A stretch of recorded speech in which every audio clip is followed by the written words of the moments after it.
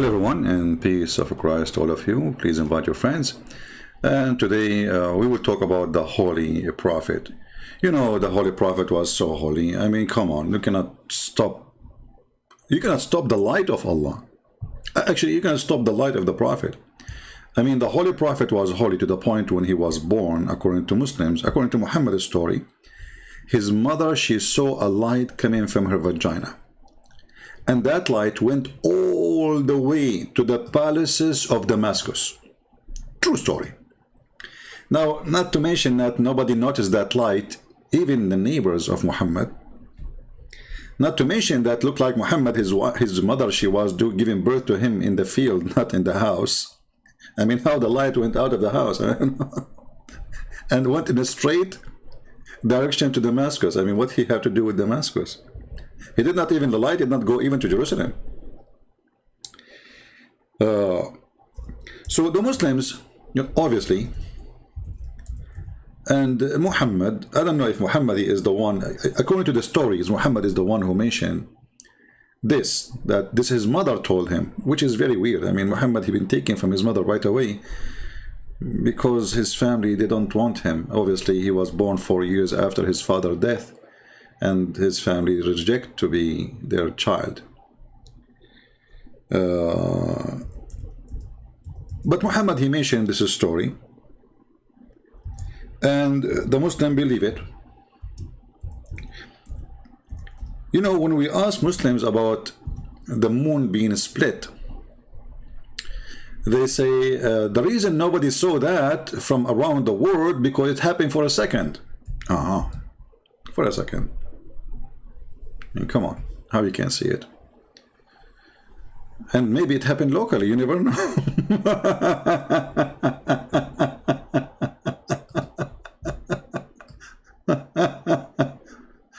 Oh boy.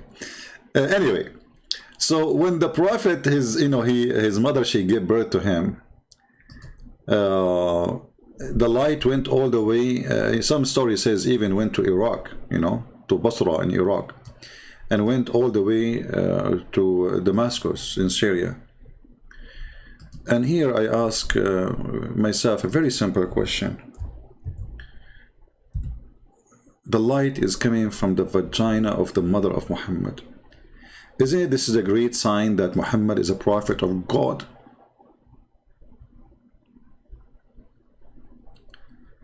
The first nuclear explosion come to this earth, it was through the Prophet Muhammad and his mother, private part.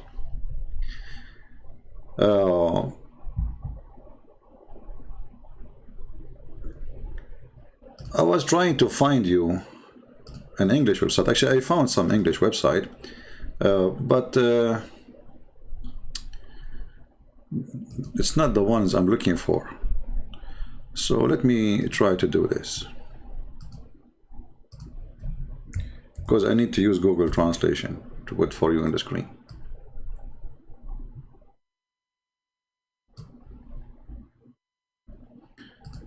All right, I will put it for you on the screen now so you can see with me.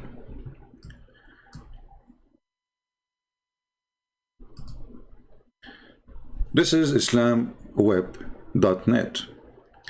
And this is the fatwa number. You see the number here? This is in Arabic, but don't worry, we will switch to Google Translation so you will be able to read with me.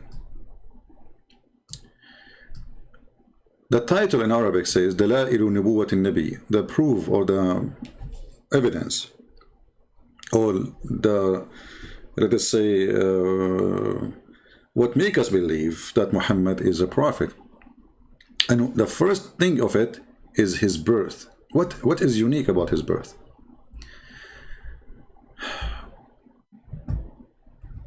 So there's a question here saying, I want to know if this is true and what is the proof.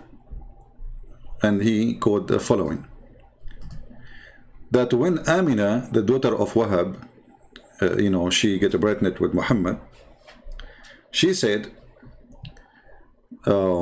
she used to see a vision every night of one of the messengers, and the messenger, which means messenger of God, telling her about the good news of a person she will give birth to him, he will be their master.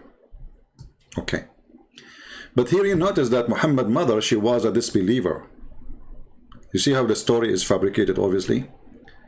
Muhammad's mother, and Muhammad's father, Muhammad's grandfather, all the family are disbelievers.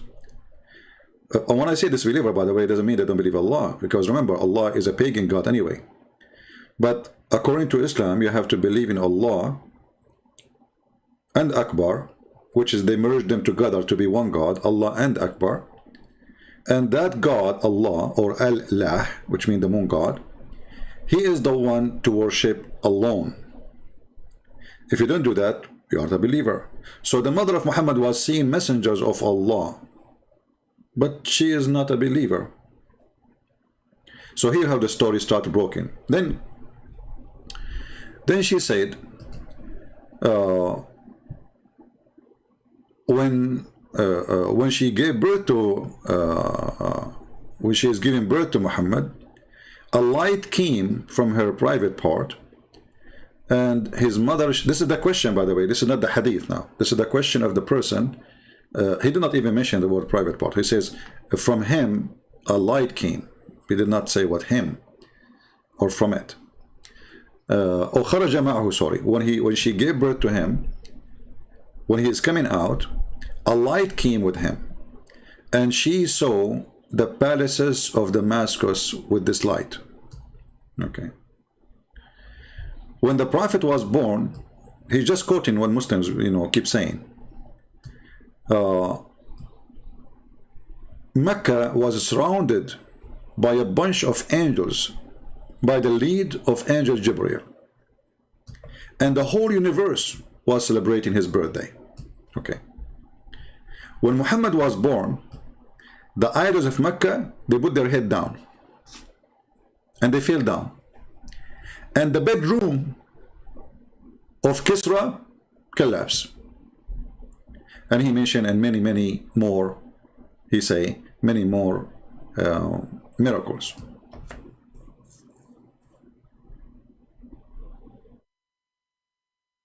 And then he continues saying,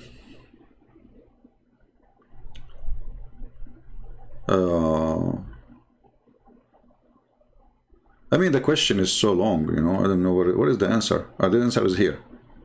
All right, let's go to the answer about all of this.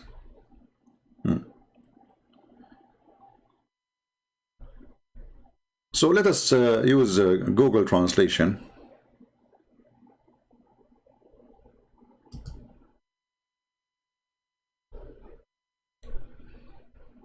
And go down to the answer. The Sheikh who's answering, he says, we did not know any hadith about the one you mentioned in the beginning, that she gave birth to their master. So he cannot confirm that. And then he continued about the hadith about the light coming out from the vagina of the mother of Muhammad. And you notice here, if you read my book, actually, Section Allah, I think I mentioned that in Deception of Allah too. You will see that the mother of Muhammad, she said that this was the easiest delivery I ever have, and even like as a pregnant woman, as a woman who is giving delivery. But that means that Muhammad, he is not the first baby for this woman. So how come nobody mentioned that? And where is the babies, and where is the brothers and sisters of Muhammad? Obviously, there is something fishy behind this story, because there is no way the mother, she would say, he was the easiest delivery I did, unless she had many delivery. Correct? And then she speak about the light coming from her vagina, as you see here. The answer, he says, as for the light that came out, even so his mother, his mother, she saw, I mean, translation is not good, about the light coming from her vagina. He says, it have been proven for it in a vision. Proven? Is that how things is proven? So it's a vision? So it's not something happened for real? Any Muslim there is in the bushes can help us? Is that really a vision? Is that what the story is saying? Or she said, I saw. Because vision is, like see like a dream, or, like your eyes, it can be a dream, but it's not like something you saw with your own eyes. Vision is something from seeing. The hadith says that she saw. But anyway, so the mother of Muhammad, when she gave birth to him,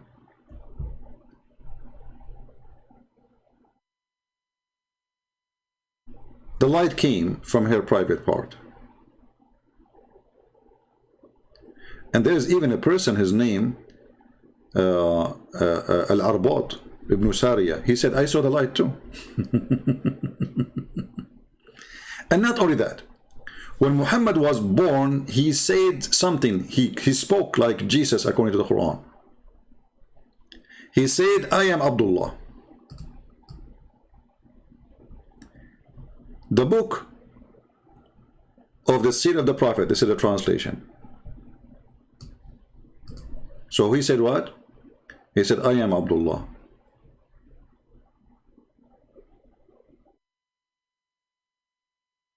I am the seed of the Prophet. I am from the clay of Adam. And then he continues saying, this is all Muhammad talking now. I'm going to preach and teach the teaching of my father Abraham. And I will teach you the good news of Isa, which means Jesus, supposedly. And my mother, she saw. And the Prophet, they saw. And the mother of the Prophet, they saw. And then she continues, says, and the mother of Muhammad, when she gave birth to him, she saw a light came out of it, which means her vagina, illuminated, excuse my English if the reading is not correct, the palaces of Syria. Likewise, you see the mother of the prophets, blessing of God and people, peace upon them. So here you see, obviously is a fabricated story, because Muhammad for 40 years he was worshipping idols. If Muhammad he spoke in his cradle, or even his coming out of the vagina of his mother, and right away he announces himself as a prophet, so what happened after that? So you notice that Muslims, they made a big frame around Muhammad, trying to frame him as a holy man, as an amazing person. But all of us, we knew that when Muhammad he met with the so-called angel, he squeezed him 3 times. Muhammad got scared, he got terrified. So how a person, he is a baby, he knew he's a prophet. Then a man who is 40 years, he do not know he's a prophet.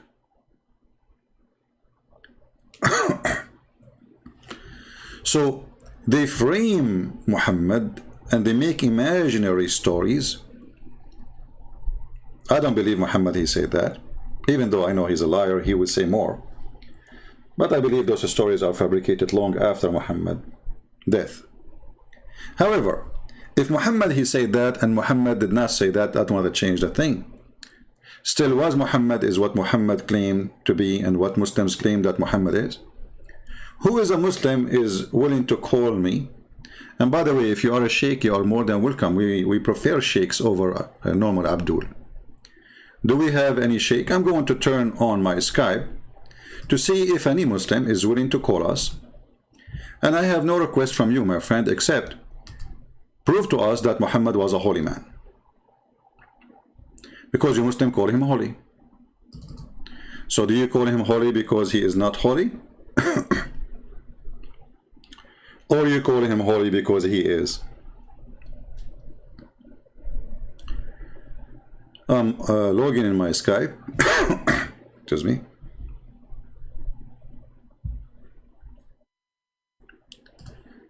We have this kid, his name is Fatima. He challenged me, but I ran away. He challenged me, but I ran away. All right.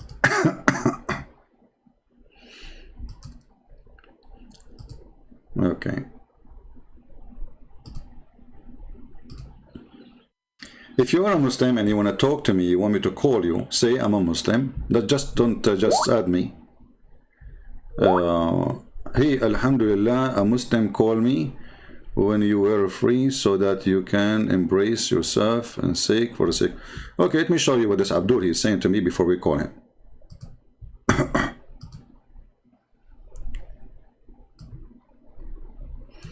Get ready, Abdul.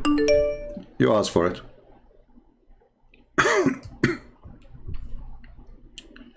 Oh, this is from yesterday. Maybe he's not online now.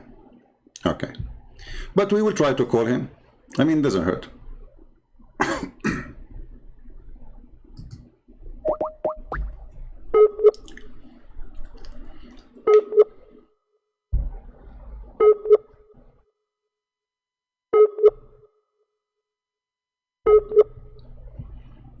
Well, maybe he is not online. Let us see a different Abdul. This Abdul is not online. We have a person, his name is Abdul Wasi', the slave of the wide. Well, Allah is wide. He's very wide.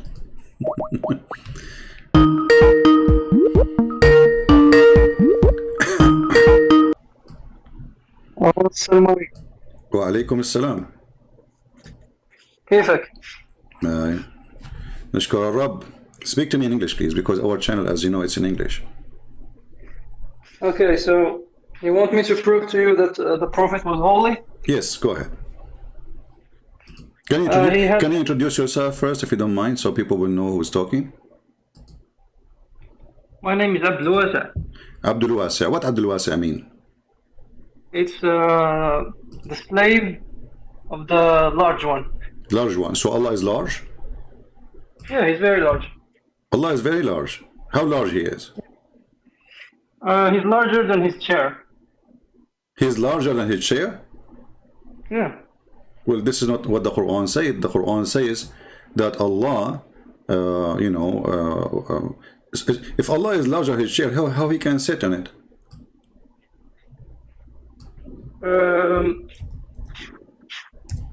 No, I meant he's smaller than his chair. Oh, he's smaller than his chair. Yeah. So as long, my friend, look what happened. As long Allah is smaller than his chair, and you said you are the slave of the larger, that means you are a slave of the chair, because the larger now is the chair. No, there are even larger things. Larger what? Larger things. Yeah, but who is the larger now, Allah or the chair? The chair is larger than Allah. Okay, and you are the slave of the larger. Yeah, but the larger is Allah. It's the name of Allah. But you just said the chair is larger than Allah, and you are the slave of the larger. Yeah, but larger doesn't only mean dimensions. It means like his mercy is very large too. Ah, okay. He's large in everything. Okay, well, size doesn't matter. I have to go with you. Now, go ahead to the topic, Mr. Actually, I like this person. He sounds like a nice person, and he is, speaking nicely. So we welcome people like Mr.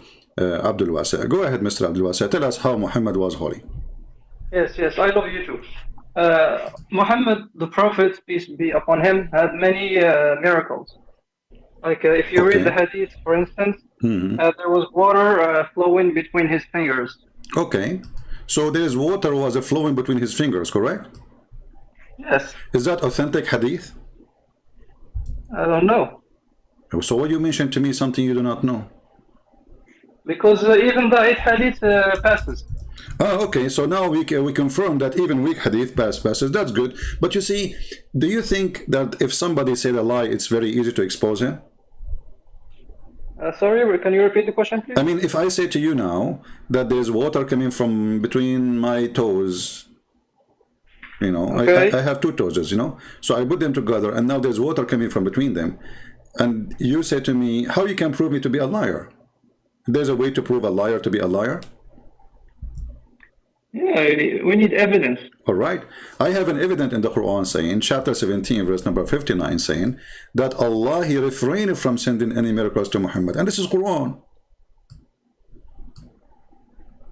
He refrained from sending miracles. Yes. Show me the in Arabic. Allah, he refrained from sending miracle to Muhammad. And But that's bound by some like the early stages of Islam. Maybe later he sent him miracles. what later? So Allah, he wasn't sure if he would do miracle or not? No, first of all, he didn't send any miracles, but after that, he did. No, he said we refrain. Yeah, we refrain. It's past tense. No, yeah, so that's mean he refrained. That's it. He refrained. Allah, he made decision that he will not give my. Okay, hold on. You see, the miracles of Jesus, where we can find them in Islam? The miracles of Jesus. Hadith, I think I don't think there is any of them in the Quran, or maybe he talked when he was little in the Quran, and in the Hadith there is more stuff. Yeah, no, and all of them they are in the Quran. No, I think some of them are in the Hadith too. Okay, can you? Okay, but the Quran mentioned those same miracle, correct? Yeah, some of them, yes. Okay, so how come we cannot find the miracle of Muhammad in the Quran? I mean, Allah, he speak about miracles of Isa, Sulaiman, he spoke to the ant, as you know, Allah, he taught him the language of the birds, but he understood the ant, and the ants are deaf. Anyway, so how come all the miracles of everybody, Moses, Noah, he made an ark, flood came, etc., and all those is mentioned in the Quran. How come this miracle about water coming from between the fingers of Muhammad is not in the Quran? Well, that's just the way it is. But for example, why the way it is? Why Allah forgot to mention that he gave Muhammad such a miracle? Allahu Alam. Huh? What? We don't know. Allahu Alam. No, I know this is a fabrication happened after Muhammad's death, because the Quran never mentions such a miracle, because this will be an amazing miracle to mention in the Quran. And as long Allah, he says, don't you Muslim, you say if something contradicts the Quran, we refuse it? That's your opinion. I respect it, but I don't. No, this is not my opinion. This is the opinion of Muslims. They say if something contradicts the Quran, we don't accept it. No, they don't say that. No, they say that. Go watch Muslims debate and Muslims articles. You will see that. Are you a Muslim Sunni, Mr. Abdul Wasi'? From your name, I think you're a Sunni, correct? Yes. Okay. So, Mr. Abdul Wasi', when Allah, he says we refrain from sending signs, and he said because former generation did not believe in them. Is that really a good reason not to send a sign? No, it's not. Okay. So you think Allah is wrong? No, he is not wrong. I said to you that he refrained only in the early stages of Islam, but later he sent miracles. This is the time Muhammad, he needed. He want believers. Miracles happen, so people, they can confirm that this person was sent by the one who he claimed he sent him. So if Allah refrained from giving him miracles, then Allah, he don't want to support Muhammad, so people will believe, correct? And then you need to ask yourself, why all the prophets of Allah, according to Islam, they have miracles except Muhammad? No, don't say that, my friend, because God has mysterious ways. Your God, Allah, have mysterious ways? Where do you get this from? It's a basic knowledge of any religion. No, I think you heard this from some Christians, because this is not, the Quran says that Allah, he wrote all the destiny in a book. This is not a mystery. He wrote it in a tablet, correct? Yeah. Okay. Now, why Allah, he have a tablet, by the way? No, you're changing topics now. Let's go back to. No, just because we mention it, because no, it's connected. I will show you how it's connected. Why Allah, he have a tablet? I don't know. For the same reason he gave Moses tablets. Okay. No. Allah have a tablet for his own, not for anyone to read. It's only him. Yeah, because it's the Stone Age. They don't have like iPads and stuff. Oh, so Allah from the Stone Age. Allah from the Stone Age. Okay. But you see, as Allah, he wrote in the tablet the same as we see in the Quran now. Do you understand that, right? He wrote in the tablet the same? I don't understand what you're saying. Well, isn't it the Quran? This Quran is written in the tablet? Yeah, that's what we believe, yes. So Allah, he wrote in the tablet, which he is going to read, I refrained from sending sign only because of men of former generation treated them as false. So Allah, he is saying, Well, because they don't believe in them anyway. Why I want to make miracles, correct? Yes. But this is a lie. Because the Christians, they believe in all the miracles. We believe in the miracles of Moses. We believe in the miracles of Jesus. We believe in the miracles of all the prophets. So this was a false excuse. You know, if I say to you, well, I claim to be a prophet, and I say, well, you know what, my God told me I will not do miracle because you don't believe in it anyway. But in the time Muhammad was alive, there's many people believe in the miracles of the previous prophets. So there's an error in the writing. I mean, the one who made this verse is not a smart. He's large, maybe, as you said, you know, but he's smaller than his chair, and his brain is so small, it's not even a brain of a mosquito, because this is not an excuse. This is somebody, he cannot do anything, he cannot prove himself to be a prophet, and then, because he cannot do anything to be a prophet, to prove himself, he come with this excuse. But he did in the hadith. But this hadith is not from God. How do you know? It is from God. Oh, the hadith is from God? Okay, guys, our friend here, he just said that hadith is from God. Be my witness. It's not me who said that, our friend here. So, I want to show you hadith. And you tell me how this is from God, you know? I'm not picking up my cherries, by the way. You can show me whatever hadith you want. Did your God spoke to Muhammad about farting? About farting? Yes. Okay. How God he speak about farting? I think it's durat or something like that. Why farting is so important to Allah? Because it makes you impure. You have to redo your wudu. Okay, guys. So farting will make you impure. Is that correct? Did I hear you correct? Yeah, but I feel we're deviating here. We need to go back to the topic, Christian. No, this is the topic. Muhammad is holy or not? Because if we prove that all of this is a silly, stupid, obviously he's no prophet and he's no holy. Now, and you just said, everybody heard you, that if you fart, the reason Allah he talk about farting, if you fart, you are impure, correct?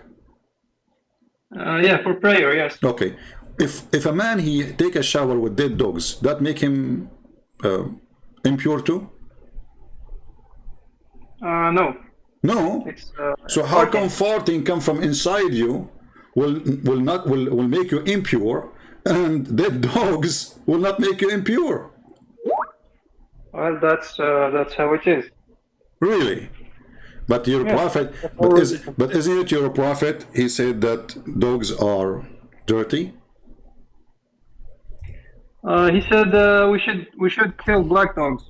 No, this is not a question. Now I'm talking about the black dog are dirty. The black dogs are the devil. He said, I think. No. He did not mention anything about black dog this time. I'm talking about dogs are dirty and they are najis. So if a dog he lick, let us say, lick your dish, you have to wash it certain number of times. You have to wash it 7 times. Correct. So guys, if a dog he lick your dish, you have to wash it 7 times. Correct, Abdul Wasiya? Abdul Wasiya, yes. Abdul Wasiya, sorry. So that means the dog is very dirty. His saliva, yes. Okay. So how come his saliva? Huh? So now we have a dog. Yes. We have a dog. And this dog is, he's dead. He's dead. And this dog is simply, his saliva, his belly, his stomach is all over the water. So what we would do? Yes. What do you think? We will bury it. Huh? We will bury it under earth. We will what? Bury it. I don't understand. Bury. سوف ندفنه تحت الأرض. Yeah, but the dog now is swimming, he's dead, and he is with your prophet in the same water. Okay, so? But you just said the saliva of the dog is najis.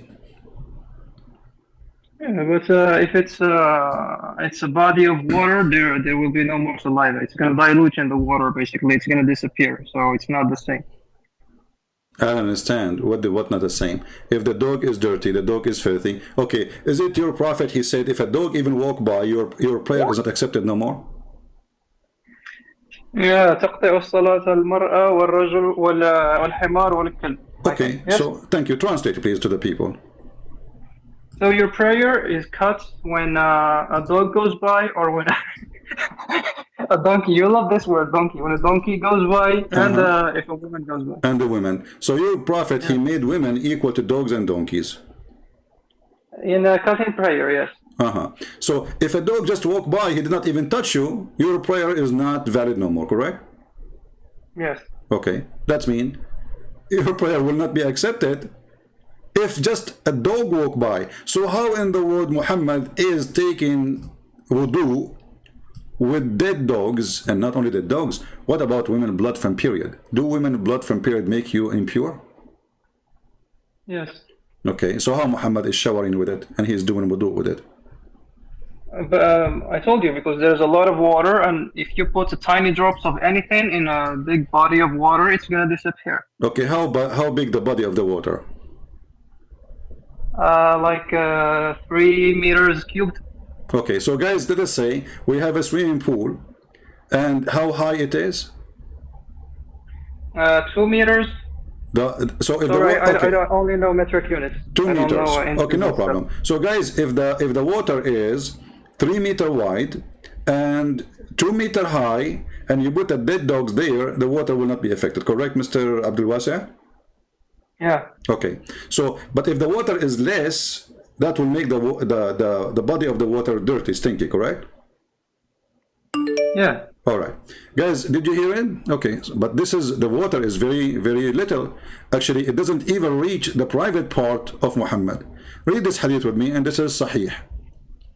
It says here that this person who is from the Sahaba, he described the water of Bid'ah, and he said, I measured the breadth of the well of Bid'ah with my sheet, which I stretch over it. Okay? Then I measure it with the hand. It measure of 6 cubit in the breadth, and then they ask me. He opened etc. door and said blah blah blah, and then he says the condition of the water. Actually, here we go. Hold on. If you go up a little bit, it says here. Read very carefully. Where it does reach when its level goes down, it says he replied, below the private part of the body. So when you go down in it, how deep it is? It must be like a meter or something. No less. I mean, come on, below the private part. So below the private part is the water we are talking about. Let us say a meter, and let us say you are a very tall person. You are the one who said. You are the one who said if the water less than 2 meters, that will make the water stinky. 2 meters, but we have width and height and depth. Give me the other dimensions. Well, it says I measure 6 breadth of the well of Bid'ah, you know. So it is still very small. You said the 3 meters, right? 3 meter wide. This is like a small swimming pool. This is a jacuzzi. It's a size of give me the whole it's a size of a, you know, the room I am in. It's a 3 meter almost by 2 meter and a half. So that's mean what you are saying to me. The dead dog.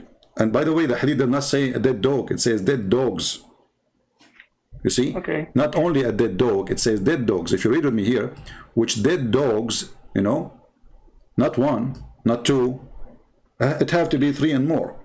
So if we put 1 dog in every 1 meter, you know, let's say I will go with you with 3 meters theory. If we put 1 dog in every 1 meter, and this dead dog, do you think really the water will be clean? No way. But since it is a well, actually wells, the water changes very frequently, so I don't see a problem there. Okay, so you just said if the water is contaminated, the water color will change, correct? No, I said that a well, like a bi'r, there is water underneath, which comes from underneath the No, no, ground, no, you my know? friend. This is So the not a water this stays. this is not a running water. There's no even water there. This water is coming from the dirt. This is like an old well down in the ground, and whatever water from houses come, it's like it became a sewage place. This is why they are throwing garbage. You know that this is, you know, the desert. Nobody will throw garbage and dead dogs in the water, which is not exist everywhere. Correct? I mean, there's no way. If you live in Saudi Arabia and you have a well in your backyard or in your town, you go and you throw out dead dogs. People will kill you for doing that, correct? Yeah, but Yeah, it's a but well, right? no, but it used to be a well, obviously, and this is the dirty water. This is why people are throwing garbage. No, what's your proof? Okay, well, the proof is people are throwing garbage. No, you can Okay, throw garbage in a... okay. Was Muhammad living next to the Nile River? There's a river No, there. Okay, how many well of water there was in Mecca? I don't know. There's only one. How do you know? You don't you Zamzam? Muslim keep talking about Zamzam, Zamzam, Zamzam? Yeah, but that doesn't mean it's the only one. Okay, name for me the other one. I don't know. Okay, so you don't know, so don't tell me there is. So here we have a proof that this is obviously is not a useful water. Otherwise, if it's useful, there's no way people who live in the desert they will throw their garbage. And look what happened. Even here it says that the water of the well changed the color. I saw the color on the water in this well had it changed. What does that mean when you see the color of the water is not good? What does that mean? It's contaminated. Okay, so you're a prophet jumping in the water, have dead dogs, women blood from period, and garbage. Even it says there clearly, your translation, it says stinky. So in the top of that, we confirm that the water color changed, which means it's obvious. So how Muhammad is a holy man, and the holy God told him, fart will make your prayer not accepted, dogs will make you dirty, women of blood from menstruation will make your prayer not accepted. This is why they forbid Muslim women from praying when they have menstruation, correct? Yes. Okay, so now we have all of those three together, and yet Muhammad doing ablution, and we have the water color change, and Muhammad doing ablution from that water. What is his holiness? I told you it's in his miracles. This is a miracle? So if I jump in the sewage now, that make it a miracle for me? No, I gave you an example of a miracle, which is water coming between his fingers. Well, I just show you, you know, if water coming from between his fingers, I mean, he do not know and need to go and jump in such a water. I mean, all what he need just to squeeze his fingers and the water will come like river. Yeah, but I don't know if this happened before or after. Well, it doesn't matter. I mean, happened before, happened after. You Muslim, you make a claim. There's no proof of it. So all those in the hadith, if this is true, then the Quran should mention the miracle as the Quran mentioned every single miracle of Jesus. Jesus in the Quran, he made the blind see. Jesus in the Quran, he made the dead alive. Jesus in the Quran, he healed the lepers. Jesus in the Quran can tell you what you had in your house. Jesus in the Quran, he is born without father. So every single miracle of Jesus mentioned in the Quran. How come none of the miracle of Muhammad is mentioned in the Quran? No, you're lying. You said that the Quran says that Jesus can tell you what's in your home? Yes, he can tell you what your home, yeah. Show me the verse. So, okay, but why you reject what I'm saying? I'm not rejecting. I've never read it. I just want to make sure. But you just said you are lying. Yes, but sorry if I'm wrong. But why? What make you upset when I said Jesus can tell you what you in your home? Is that because only God knows? Only God knows, right? What is the unseen? Correct? I'm not upset. I've just never read that in the Quran. No, I'm asking you. Is it true that only God knows the unseen? Tough question. No. The Quran says. The Quran says. Yes. Okay. So guys, he agree that the Quran says that only Allah know the unseen. You're changing topics. Give me first the verse, please, that says that. No, I'm not changing topic. Let us go. Here we go.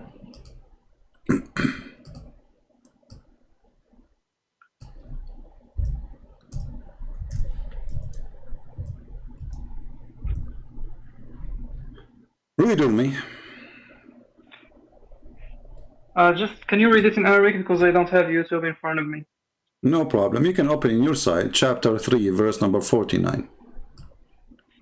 It is ورسولا إلى بني إسرائيل إني قد جئتكم بآية من ربكم إني أخلق لكم من الطين كهيئة الطير فأنفخ فيه فيكون طيرا بإذن الله وأبرئ الأكمة والأبرص وأحيي الموتى بإذن الله وأنبئكم بما تأكلون وما تدخرون في بيوتكم. Okay. Okay. So Jesus, he knew even what you have in your houses and even what you ate before you meet him, correct? Yes. Okay. Was Muhammad able to do any of those? I don't know. No, you know. The Quran answer you. The Quran, if you go, it says here, chapter 6, verse number 50, it says, Allah said to Muhammad, tell them the following. Okay, what he said? You can open the Quran on your side, my friend. I do not say to you that I possess the treasure of Allah, nor do I say I gain the knowledge of the hiding of any of my own. Nor I do say to you that I am an angel. I only follow what delivered to me, revealed to me. So look what different. The Quran says that Jesus can tell you even what you ate, what is inside your stomach. Jesus can tell you what you are hiding in your closet, in your house. Which means Jesus, he can see you without being there. Muhammad is saying the opposite. Okay, hold on. Let me tell you, you get me wrong. Yes, I'm a prophet, but I know nothing except what Allah told me. Okay, so I do not know unseen. If I know the future, I will take some of it from me. And not only that, Muhammad, he says, will the blind be equal to the one who can see? So Muhammad saying I'm blind. Muhammad saying I'm blind. Jesus is not. So how he is holy and he have no miracles? Here we go. They ask him a question. He don't know what to say. He have no idea what to say. So he's a false prophet. But if you go to Jesus, according to the Quran, Jesus can tell you, hey, Jesus, tell me what you ate, what I ate today. Oh, Christian Prince, you ate nothing yet because you don't take breakfast. How you know, Jesus? Because I'm Jesus. Oh, Muhammad, what I ate today. Muhammad, he start, okay, hold on. You see, Allah said to me that to tell you that I know nothing. How come there's a huge difference between here and there? There we have a person who can raise people from death. He can make the blind see. He can feed even there's a chapter in the Quran, it's called Al-Ma'idah, the table. All the chapter is the name of the chapter is about Jesus feeding thousands of people. But it's in the Quran. But we don't find the miracles which Muslims they claimed about his holiness in the Quran. Obviously they are fabricated. No, it's not obviously. It's obvious, people will be judged. In the same time, do you, Abdul Wasir, be honest with me. Do you ever, do you feel like you want to do the same as the Prophet, to jump in the water, have dead dogs? Did you ever practice such a thing, to feel how it feel like? No. Why you don't want to do that? Don't you want to follow the step? You said to me you are a Sunni. Yes. Okay, a Sunni mean what? Mean the one who follow the steps of the Prophet. Okay, well, you should follow the step of the Prophet. You should, you have a bath in your house, correct? Yeah, but jumping in dirty water is not sunnah. Well, it's here we go, guys. Jumping in dirty water is not sunnah. Why? But the Prophet, he jumped. I mean, how dirty it can be more than this? There's women of blood from period, dead dogs, and garbage, and the water color changed. And you are saying to me this is not sunnah? What? No, it's not. It's not sunnah. Sunnah is whatever Muhammad he did. So you have to follow the step of the Prophet. Obviously, you are rejecting to follow it because it's disgusting. No, sunnah is the habits of the Prophet. Exactly, guys. Did you hear what Mr. Abdul Wasir he said? The habit of your Prophet to jump. The habit of your Prophet to jump in a dirty water. This is his habit. How many times he did it? Huh? How many times he did it? Well, it says "Ayustaqa laka min bi'ri bid'a," which means it's something you do always. You speak Arabic. Yes. Okay, yustaqa, it's something happened in the past and happened in the future. So always you do it. Can you read the whole sentence, please? Oh, we can show you many of them. Hold on, here we go. This is the one we showed you here, but we can go to more hadith.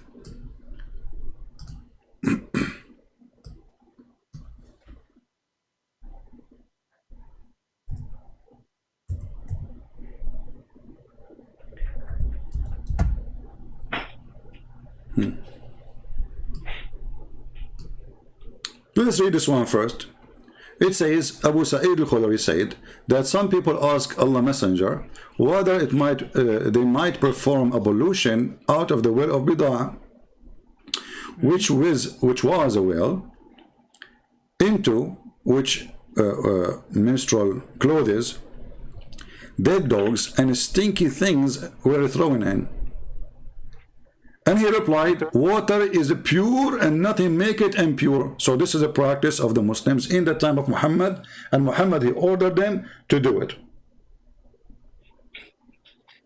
Okay. You can do it if you so why you don't want to do it? You just said yourself, you said, I'm not going to jump in a dirty water.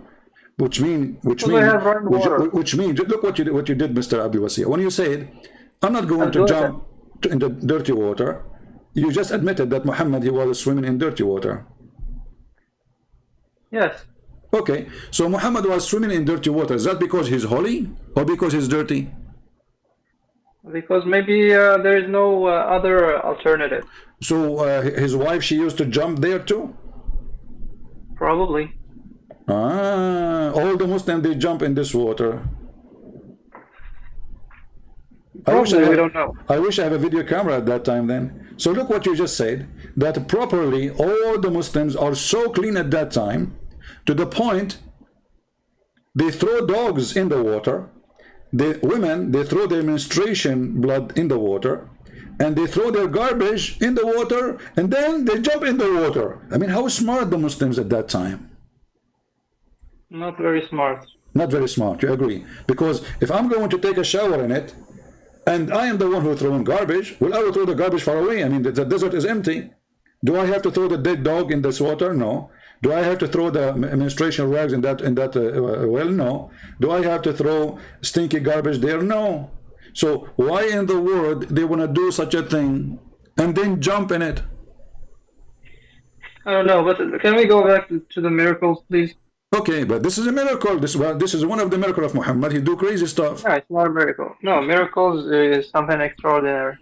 Yeah, this is extraordinary. You know, look at this. I mean, this is madness. Okay, no, give me. No, okay. I can do it myself. You can do it yourself. You cannot. You cannot. Make a video. Make a video. Show me yourself that you are jumping in your bathtub and you have a dead dog there and you have a stinky garbage. Don't just throw them there and jump. I mean, wait for like a day or 2 or 3. You know. Yeah. So okay, give me another miracle.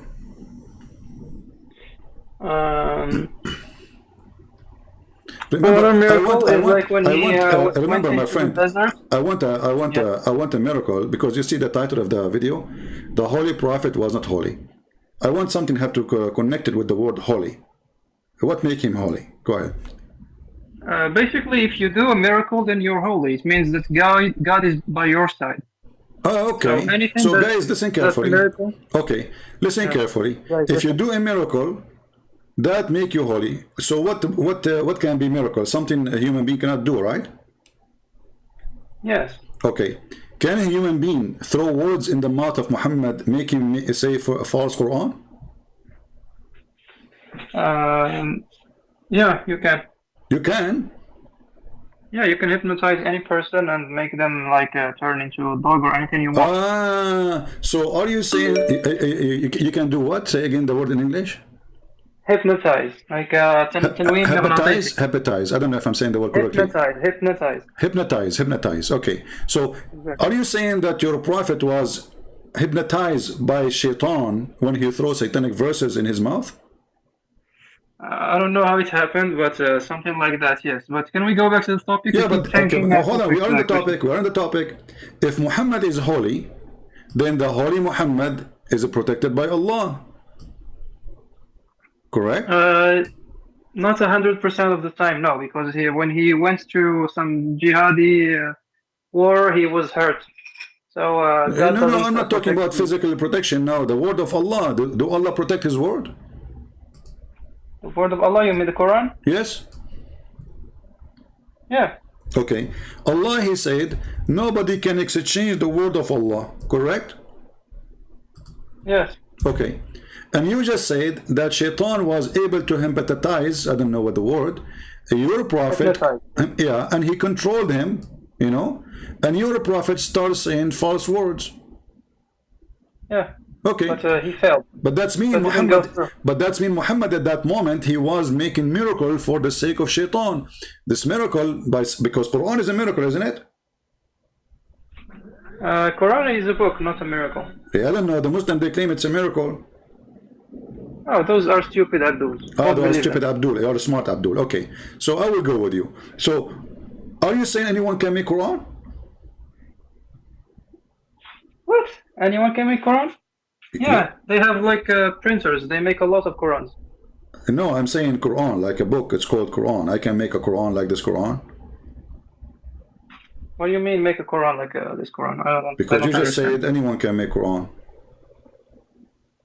Yeah, you just need a printer and you print it, or you can write it by. No, I'm not talking using- printing this book here. I'm not talking. I'm saying making a new Quran, new book. It's like, and I name it Quran, okay, or make it Quran number 2. Can I do that? Is it possible a human being can make something like the word of Allah? Yeah, you can. You can, but isn't it the Quran says you cannot? You cannot what? Can you read the verse, please? Okay.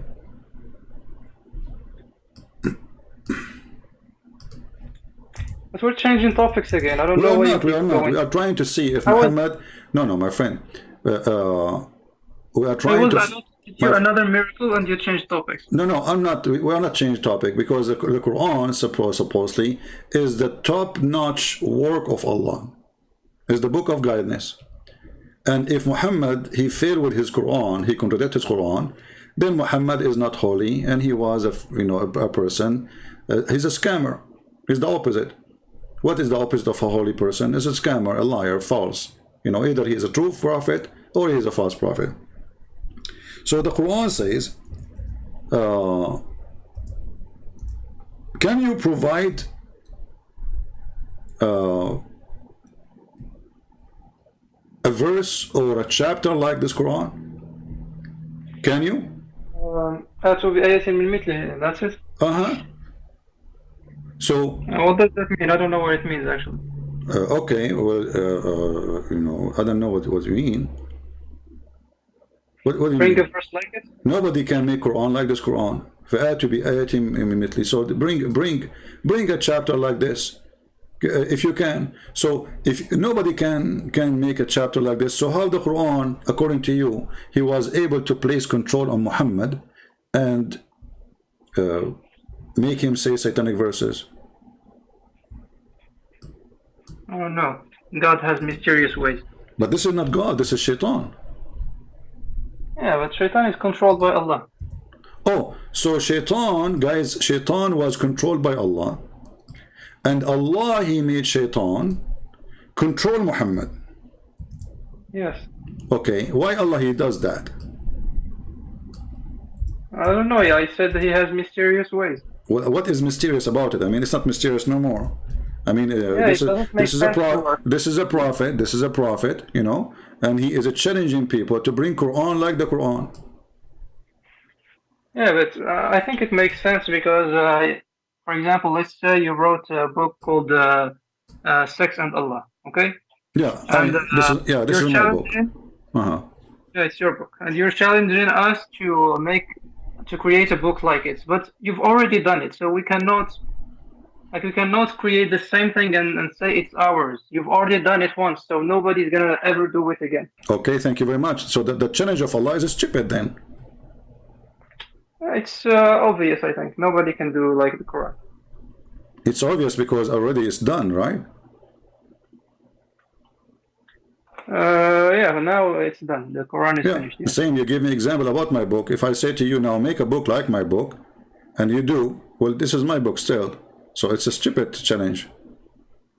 Yeah, nobody can make something like it. Nobody can make something like Shakespeare. Nobody can make something. Everybody has their own style. So you are agreeing that Allah and the one who wrote the Quran is stupid. No, I didn't say that. You just the one who said nobody can make the same as the book of Shakespeare. It's already done. Nobody can make the same book as your book, naming my books. It's already done. I agree with you. But now nobody can make the same book as Allah because already done. So if I make a book like it, this is already the Quran. And we have it. So and you said this is stupid.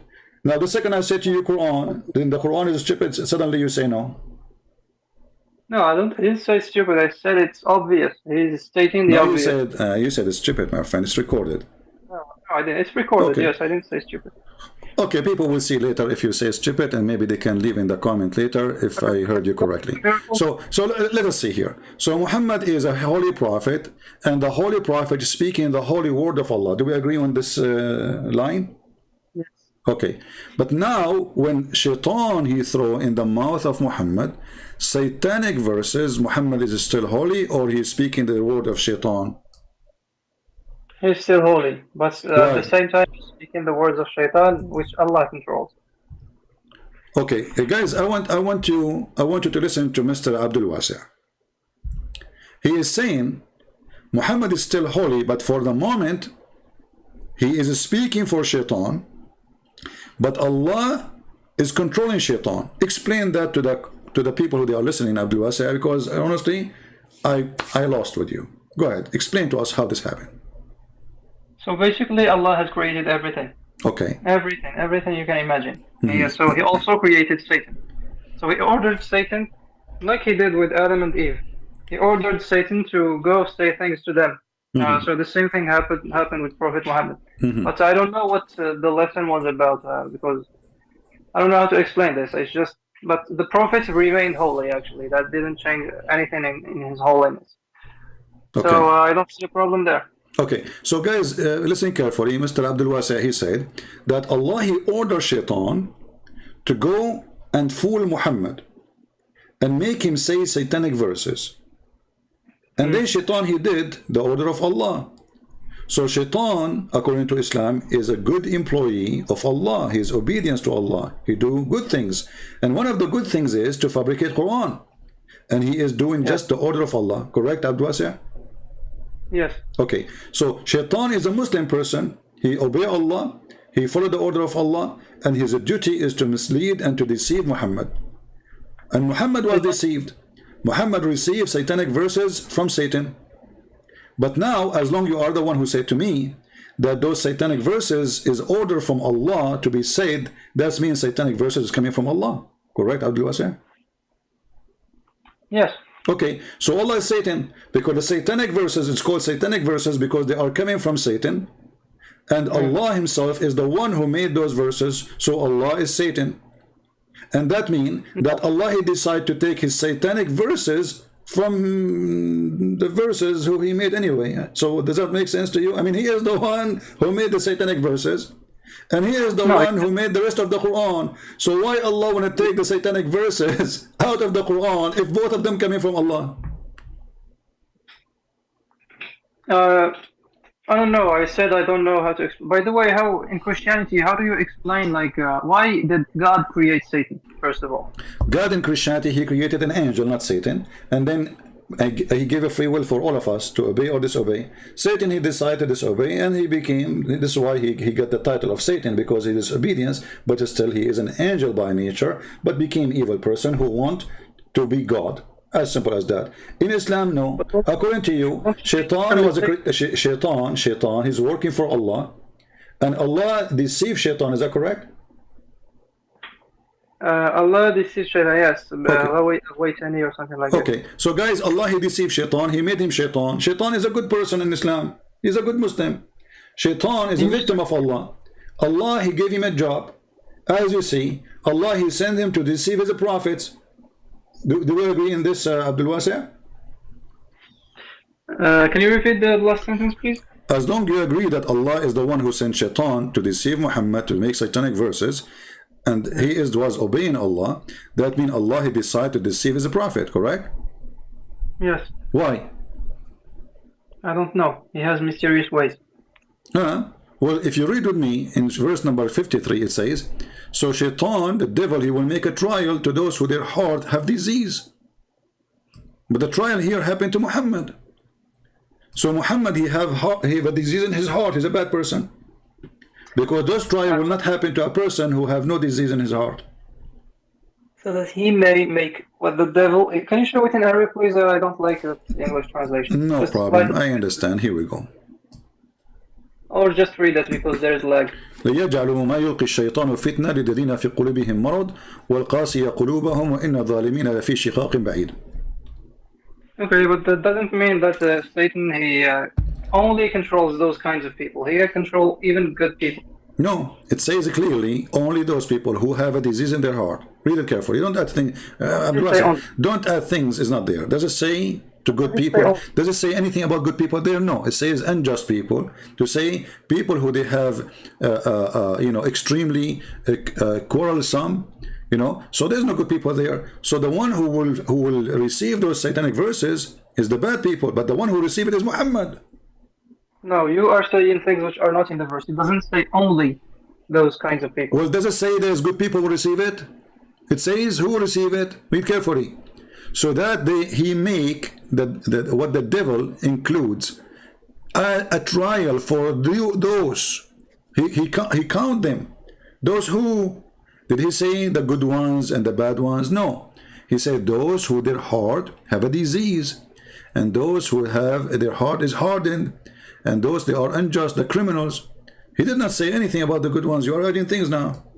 So Allah is the real shaitan according to Islam, and Muhammad is a satanic prophet. No, I don't agree with you. If I say I do this, it doesn't mean I do something else. Okay, hold on. Allah, he sent shaitan to deceive Muhammad to make satanic verses. Why Allah decide to take it off? Miracles, please, I'm tired of it. Can we go back to the miracles? We are talking about the miracle. This is a miracle. It's a miracle. It's a miracle that there's a God. He's confused. He decided to guide you by ordering shaitan to misguide you. How'd that work for you? I don't know, that's a mysterious way to do it. Oh, it's a mysterious way. I like this mysterious way. Okay, so look what happened now. Your prophet is a satanic prophet, and you Muslim, you call him holy. He speaks for the devil. He pronounced the word of the devil, claiming that it is coming from Allah, which is supposed to be God, but as you see, he's the devil anyway. And you Muslim, you think he's holy. How'd that work? He is holy. He has miracles. Okay, guys, he is holy, he has miracle. What is the miracle? Having sex with 6 years old girl? That's no miracle. That's anybody can do that. Anybody or only perverted ones? Pedophiles. Pedophile. So are you saying Muhammad is a pedophile? I don't know for sure, but he might be. He might be. That's a good point here. So how you say, so you are calling me to prove that Muhammad is holy, and you are saying that Muhammad, he might be a pedophile. Obviously he is. It's not obvious, no. What do you mean not obvious? He just said he is. His other wives were not premature. If he were a pedophile, he would have had many more than one child. How we know? How we know? Your prophet, he used. Okay. Do you know the story of Osama? Osama bin Laden? Yeah, not Osama bin Laden. Osama bin Zayd? What Osama bin Laden? Osama bin Zayd? Let me show you. You don't know the story, huh? About Osama that he said if Osama was a girl. Have you ever? What do you think if you are visiting a friend of yours and then you see he have a boy, and then you touch this boy, supposedly the boy he fell down, and you start kissing him and licking him, and then you say if he was a girl, I will dress him up beautiful clothing until she get married. Read with me. I will show it to you in Arabic first. Here we go. Go ahead.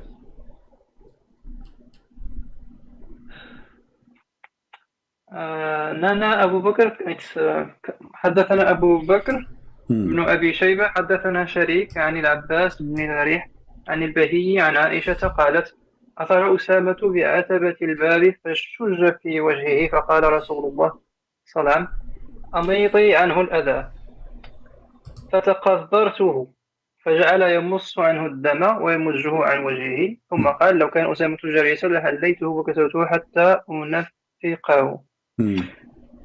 What's the problem? You want me to translate in my way, or? Yeah, he was sucking the blood. He was sucking the guy, the boy, and saying, if he was a girl, why in the world he wished he is a girl, and why he is licking his face and sucking him. He sucked the blood out of him. Actually, this is still done by the Jews when they circumcise their children. They suck the blood out. But this guy is not circumcised. This is not a circumcised. This is not circumcision. Yeah, he sucked the blood. Yeah, I know. It's the same way. He sucked the blood away. Hold on. Okay. Okay, I will go with you. First, this is not as a child. Suddenly, Muhammad is sucking the blood of a face of a person, and he is wishing that this boy is a girl. Why he is wishing that he is a girl? No, he's not wishing. When he said that, what is the connection between a boy, his name is Osama, which means a lion, to be saying, if Osama were a girl, I would have adorned him and dressed him until I marry him off? I don't know what he means by that. Maybe the boy was beautiful. I don't know. Oh, exactly, guys. Maybe the boy is beautiful. Thank you very much. So he is a perverted man. No. Okay. What do you mean no? It's you who said maybe the boy is beautiful. So if he is a beautiful, if the boy is a beautiful, Muhammad is sucking his face and saying, if Osama, I mean the boy is a boy. How in the world, and why I am saying if he is a girl? I mean, he's not a girl. What about if he's a boy? What about you say, I will take care of him until he grow and get him married? You know? But he did not say that. He said if he was a girl. What is that? Same time. You see, you're a prophet in the Quran. He promised you boys too. Correct? Our prophet, yeah. Yes. Exactly. Why Muhammad is concentrating in the boys who they are very beautiful? Everything is beautiful in the heaven. No, but now you have boys. Why boys? Why not boys? Everything should be beautiful. Do you like boys? You mean if I'm gay? I'm not asking you that. I'm saying, do you like boys? I like everyone. You like boys? Yeah, but not sexually. Oh, not sexually. So why they have to be very handsome and very white and very pretty? Why not? Why not black boys? Yeah, why not black boys? Yeah, I'm asking you why they have to be very white. I don't know. Why not? No, there's no black people in heaven of Allah. What do you mean? Like he's gonna paint everybody white? Exactly. And now because this God and this holy prophet, he's not holy, he's a racist, he like only white people. So every single person in this heaven have to be white. So you mean he hated Bilal, the Muaddin? Well, no, Bilal, Allah will paint him white, according to Muhammad. No, but you said the Prophet hated black people. Well, obviously, Muhammad, he did. Actually, Muhammad, he said a very clear hadith that black people are created to go to hell. Don't you know that? No, that can't be. Guys, he is saying this cannot be. What if I show you the reference where it says clearly that your prophet says Allah created white people from the right shoulder of Adam, and they were white like white ants, and white ants, yeah, here's what he said. Not me. Don't laugh. Respect your prophet, my friend. And he said, he's laughing. Guys, so that means that he's gonna go to hell? No, we are coming to you with the story. Okay, hold on. Before I show you the reference, if this story is true, and your prophet, he said it, that black people, according to him, they will go to hell, are you decent enough to leave Islam? Or doesn't matter for you? Oh, it matters. Of course, everything matters for me. The devil is in the detail. This is what? The devil is in the detail. Okay, but is that enough for you? I can tell it from your Arabic word reading the Quran that you are from North Africa, which means either you are a Moroccan or from something like that, correct? Close enough. So you're an African at the end of the day, even though they consider you as white. So according to Muhammad, the African ones, if they have a dark skin and you don't have a dark skin, those people, they are created to go to hell. So Bilal is going to go to hell according to this. Well, this is what Muhammad is saying. That doesn't make sense. It must mean something else. Okay. I think the black is like to symbolize evil doers, like the evil people, and white is to symbolize people who do good. So he cannot say that. Okay, guys, did you hear Mr. Abdul Wasa? He is saying that obviously the black ones, they resemble the evil ones. So if you are black, according to Mr. Abdul Wasa, you are evil. No, I didn't say that. No, you're putting words in my mouth. I said that maybe black. This is what you said, my friend. This is what you say. Don't tell me you did not say that. No, you misunderstood. I said that maybe the hadith means that black symbolizes evildoers, people who do evil, even if they're white. Like I can be white and I can do something evil, but by saying the hadith might say that I am black because I do evil. You understand or not?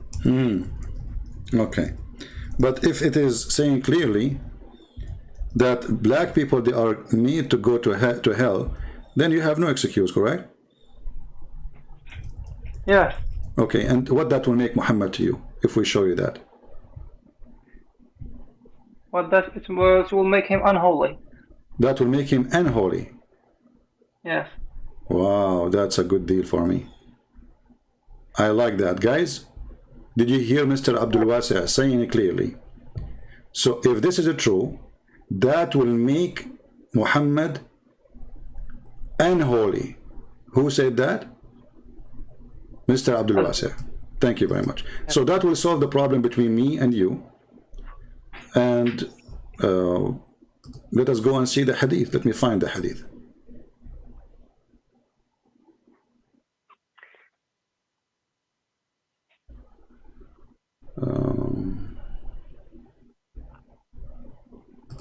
Why is everybody typing one in the chat? I don't know. Israel, okay.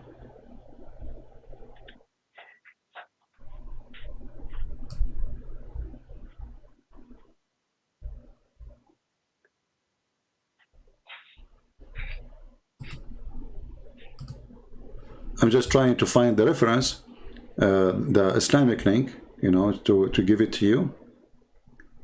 And put it for you in the screen and you can read it for us. Give me a second.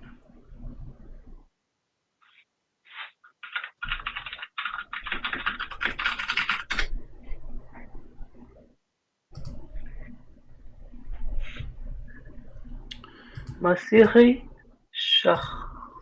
Shahzod.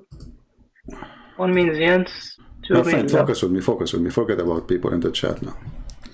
Oh, you have Russian people in the chat. Okay, no. Hi. Focus with me, focus with me, focus with me, focus with me. Here we go. This is the hadith. In the front, my friend, this is the hadith in the front of you. I want you to read it.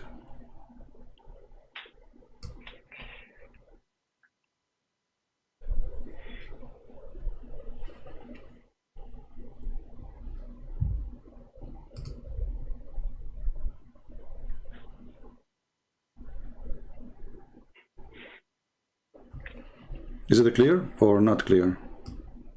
Allah's Messenger PBUH said, Allah created Adam when he had to create him. Oh yeah, I know this one. He struck his right shoulder and emitted white offspring, as they were white ants. He struck his left shoulder and there emitted from it the black offspring, as if they were charcoal. He then said to those who had been emitted from the right shoulder for paradise, and I don't mind. Then he said, those for the left shoulder, they are for hell, and I don't mind. Okay, so yeah, so I told you there. It must mean that like black is something who does evil, somebody who does evil. You see, a second ago I asked you if this hadith is true.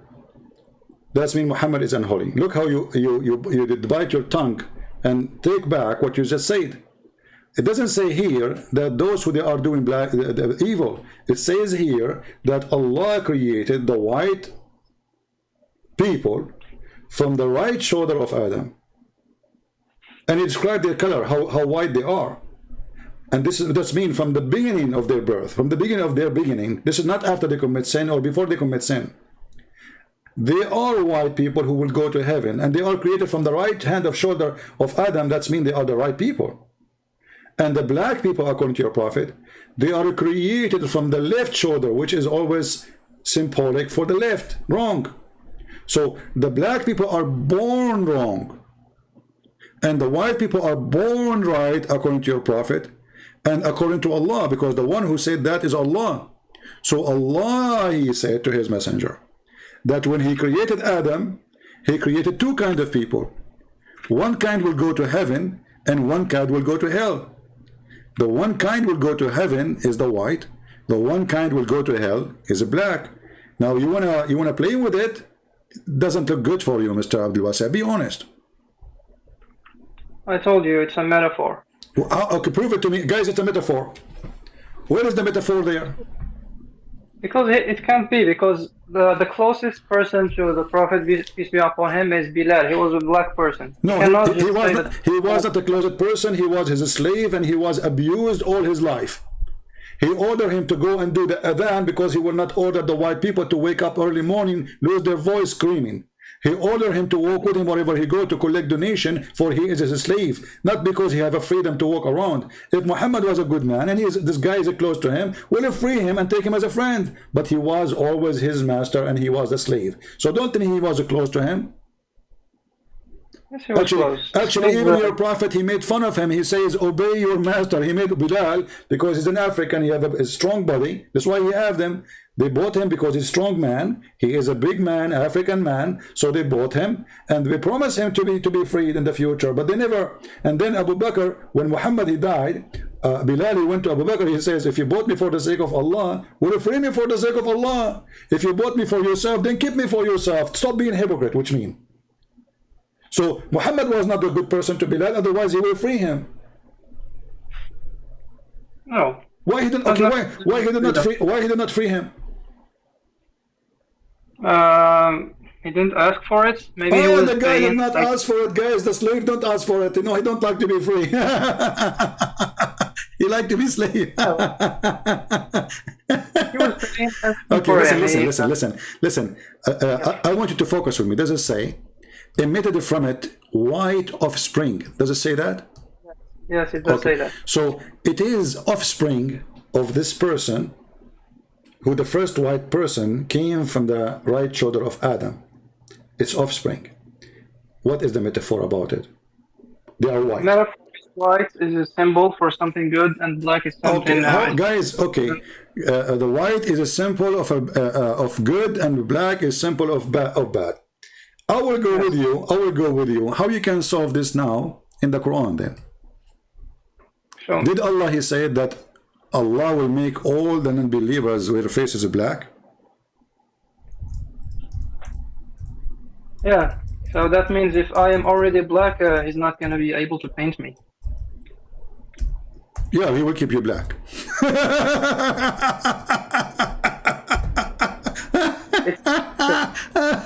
That's a good one, Abdul Wasi. I love it. So guys, if I am black, Allah cannot repaint me again. That's a good one. God is weird, man. So chapter 3 verse 106 says, يَوْمَ تَبْيَضُّ وُجُوهٌ وَتَسْوَدُّ وُجُوهٌ. The day of resurrection, that some faces will be white and some faces will be black. You see here the translation says shiny. That's a lie. It says white. If you change the translator, you will see how the word white appear right away. They lie in their translation. It is the hobby of Muslims when they translate. They cannot be decent in any translation. Read, we just changed the translator. Look what happened. In the day, on the day when some faces will be light, between two bracket, light up white, and some faces will be a gloom of black. Okay, why Allah? Okay, hold on. Is that a metaphor, or this is they will be black for real? So I think, I don't know, but again, it's the same thing. It's a metaphor. White is my friend, something you are good, and talking black to is Christian something Prince. All the laundry of your prophet is in my head. Let us go and get Muhammad busted, not you. I feel sorry for you. So if I show you that this is not metaphor, what you will do, just to give you more proofs, what you will do? You will be honest. leave Islam. Huh? I'm gonna leave Islam. You promise? A promise of a man. Yeah, I'm a man. Guys, I'm a son of a man. Guys, Abdul Wasi, he made a promise. If I prove to him that this is not a metaphor, that Allah will make people literally black and literally white, he will leave Islam, and he made a promise. And he said, he is a man, he keep his promise. I trust that on you, my friend. You sound like a man for me. Let us go and see it. If we go to the Quran, chapter 82, the chapter of the ant, chapter 27, verse number 82 in the Quran, and then we go and see there's a beast is going to call. Okay, a jassasa, you know a jassasa story, right? Yes. Okay, so إذا وقع القول عليهم, what will happen? Do you know the story of the jassasa?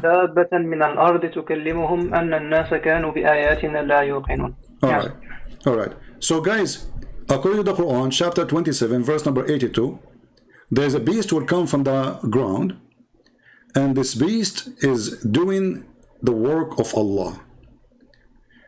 Abdul Wasi', what this beast will do, do you know? I don't remember exactly. Let me help you. No problem. I don't know. She's going to tell people. No problem. No problem. Let me help you, my friend. I'm here to help you.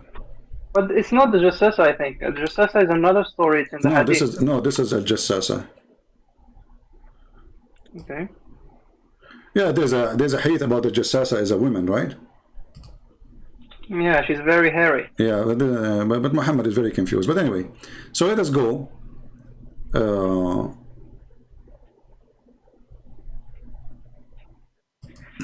Very hairy. And by the way, even that hairy woman, she's black too. Even the daughter of Allah is black too. Allah, Prophet, he sent Khalid al-Walid to kill a woman. She have darker skin, she have a very dark hair, and she's African. You see how the evil of Muhammad is all over? Now let us go and read together. This is Tafsir ibn Kathir. You see the screen? Yes. Okay. Remember, this is not me saying, and this is all is coming from your prophet at the end of the day, because those Muslims, they have no authority to say except what they learn from your prophet. Ibn Kathir, this is not my prophet. No problem, but Ibn Kathir is saying what the Sahaba of Muhammad, according to Muhammad, said. So read with me carefully. Read with me carefully, please. There will be, so a Jassasa, or this beast, will have a very funny description. It says, its head like the head of a bull, its eyes like the eyes of a pig, its ears like the ears of an elephant, its horns like the horns of a stag, its neck like the neck of an ostrich, its chest like the chest of a lion. I mean, the whole zoo. Allah, he put the whole zoo in a mixer, and he made this beast, and then he sent it to us. And now this is not our problem for now. Then he says here, it will bring out with it the staff of Moses and the ring of Solomon. There will be no believer left without making a white spot on his face, which will spread until his face is shining white as a result. And there will be no disbeliever left without making a black spot on his face, which will spread until his face is black as a result. And then when people, they trade with one another in the marketplace, they will say, Oh, believer. Oh, disbeliever. How do they know each other? White and black. Remember, you are the one who said, if this is not a metaphorical, you will leave Islam. First of all, I said that white symbolizes. What I meant is like the white people coming from the right shoulder. The white symbolizes good, okay, and black symbolizes bad. But there is actually no contradiction between this and that. So it could be as well physical, like not a metaphor. But still, the white is like a symbol for something good. I said, you said you are a man, and I said, I trust that you are a man. Is that really what it says in front of you? Does it say no, that this one says it's physical. Yes. My friend, Al Jassasa will hit them in their face with the ring of Solomon and the staff of the ring of Solomon and the staff of Moses. And the result of that, it will leave a white spot on the Muslim face, and that will make him white, and will do the same for the one who disbelieves, and that end will make him black. And now you keep saying there's no contradiction, and this is the same. Yeah, and second of all, this is not the Prophet's word, so it's Zubair. Take care. Take care. You see, I don't respect liars. I'm not going to waste my time.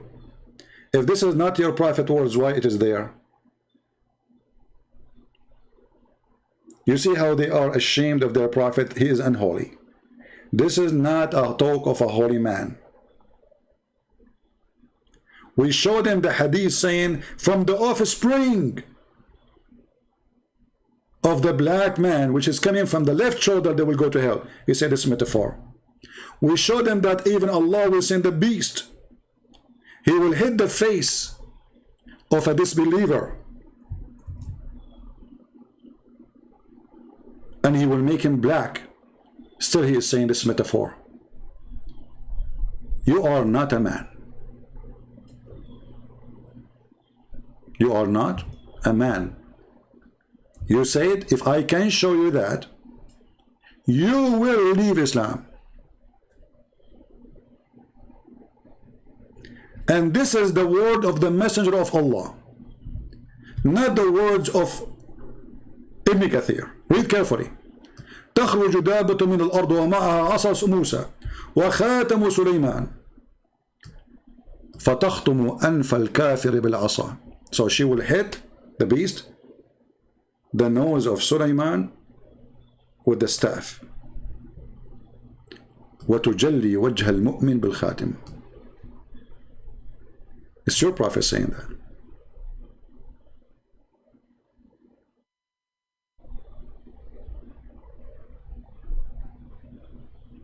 See the cowardness? So see how they regret what they said?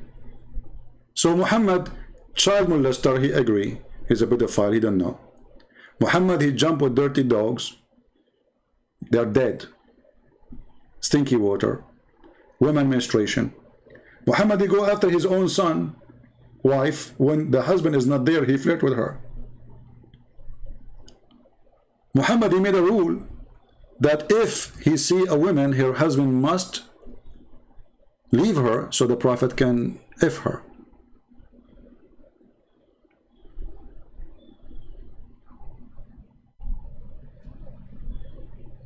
And this person, he claimed to be a decent man. He promised, if I show him, he will leave Islam. Now, you are the one who is watching. I don't know if you are a Christian or a Muslim. Be honest. Is that a metaphor? Is that really a metaphor?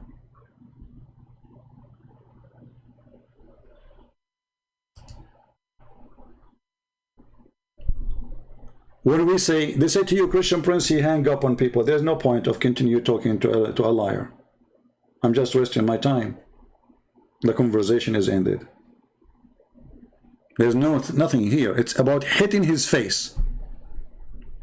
Hitting his face. That metaphor. Making white spot in his face. Is that metaphor? Muhammad is even make it more clear. He says his nose. Is that metaphor?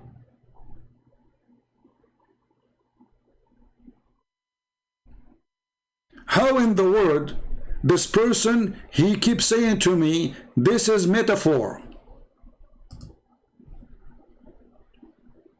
I will call him one more time because people, they are asking for it. But you lost my respect, Mr. Abdul Wasi.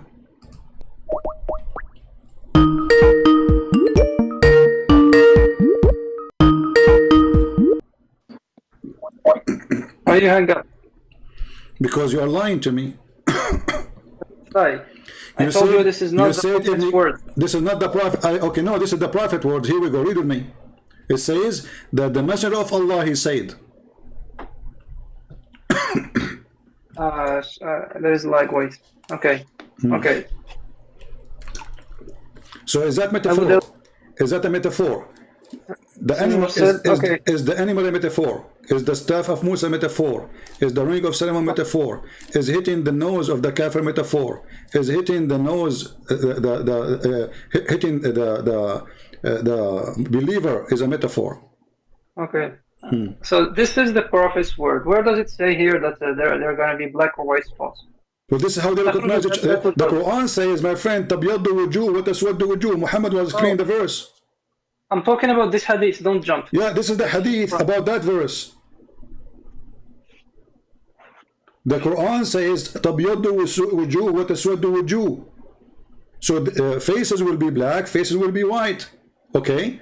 Muhammad saying that there's an animal will come from the ground, having the staff of Moses and the ring of Solomon, and will hit the nose of the kafir. Okay, where does it say black or white? In the Quran.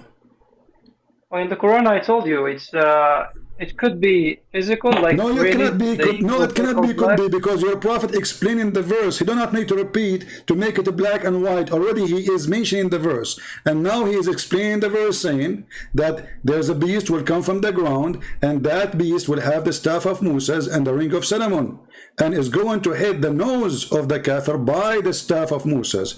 You, the one who said to me that this is metaphorical about the verse in the Quran, correct? It could be both, actually. Don't tell me both. Don't tell me both now. You switch. You said in the beginning it is metaphorical. And you said to me, if it's not metaphorical, you leave Islam. Here we go. Your prophet is explaining the verse. Your prophet is explaining the verse. Why this hadith is mentioned here? Why it is here? Because here is the explanation of the verse. And who is the one is explaining the hadith? It's your prophet. Explain the verse, you mean, but how do you know this hadith? How, like this is Ibn Kathir, right? And Ibn Kathir took this hadith and put it under this verse. How did he find the relationship between this hadith and the verse? Because this is what happened. You Muslims, don't you have books of history where it says when the prophet he said that, he explained that? Because you see, this hadith here is not really what happened only. The hadith is way longer, but they are quoting for you from the whole story. This, because this is the one, this is the part which explain those sentences that faces will be white and faces will turn black. So your prophet, he is the one who is saying that, and he is saying in the judgment day, there's a beast will come, and this beast is going to make you black or white. How? Physically, by hitting you by the staff of Moses if you are a kafir in your nose, and by hitting you with the ring of Solomon in your skin if you are a believer. The result of that, you turn very, very white. Right. So what is your problem with this verse? I don't understand. It's a proof that it is physical. Here we go. You see, even the translation here says, maybe you don't know good Arabic, right? It says, حتى يجتمع الناس على الخوان يعرف المؤمن من الكافر. So what will happen? It says, وتجلي. You said to me, what is the word white? Here we go. What does khiwan mean? وتجلي mean is going to make him shiny white. Okay. Okay, so he said that it's going to make you shiny white. So it's going to make you shiny white, and this is how people, they describe themselves, or they recognize each other. So a black person, they will say to him, oh, this believer. A white person, oh, a believer. Okay, where is the problem? You said if this is literally, you will leave Islam. No, no, I said that white represents good things and black. Take care. I certified you as a potato. And you are not a man.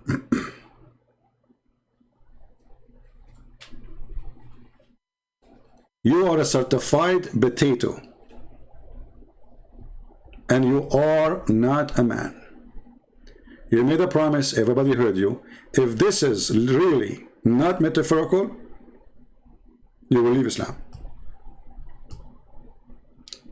Actually, you already left Islam. Because you made a promise in front of everybody, and supposedly Allah's God is watching. If this is true, you will leave Islam, you are out. Because this is true. But you are trying to deny it.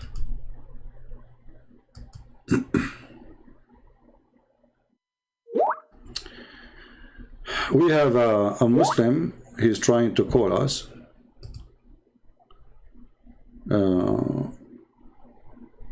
I am Alhamdulillah Muslim, call me and I will bury you. You call me while I am busy. Call me after 5 hours.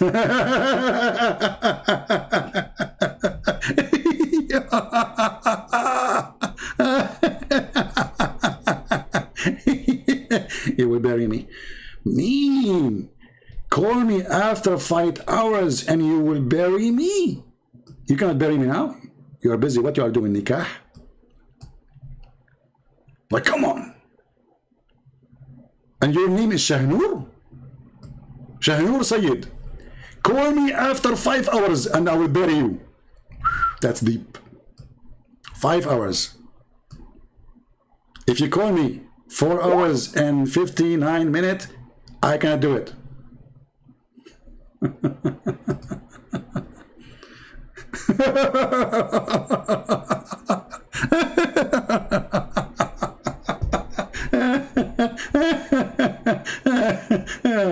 Come on, you can't beat this comedy. Be honest with me, guys. Can you find any program in a TV is better than this? Look, here we have comedy. Here we have knowledge. Here we expose liars. Here we whip the floor with them. And here Jesus is victorious. It cannot be better than this. It cannot be.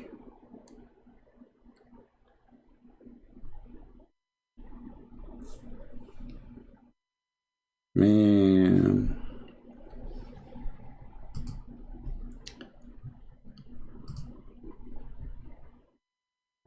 So my friend,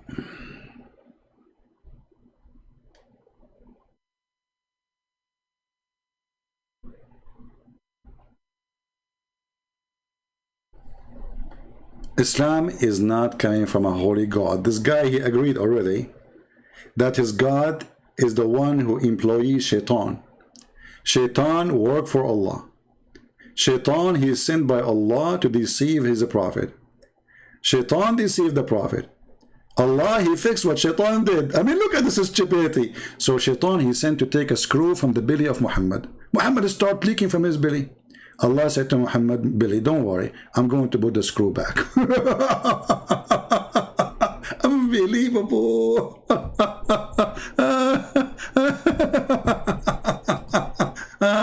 Oh boy, man, one day I will die with heart attack from laughing.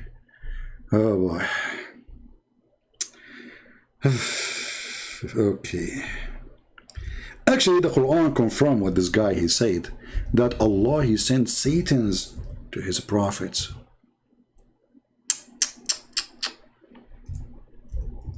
He sent Satans, brother. They work for him.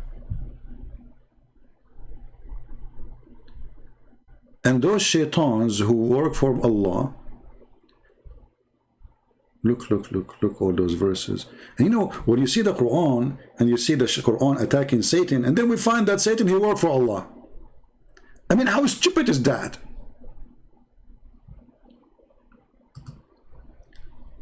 So why those verses saying don't follow shaitan, and you are the one who sent shaitan?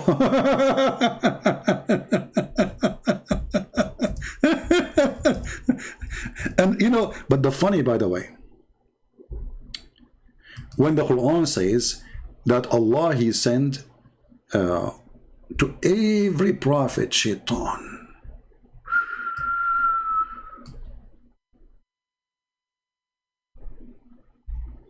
Allah, he employee.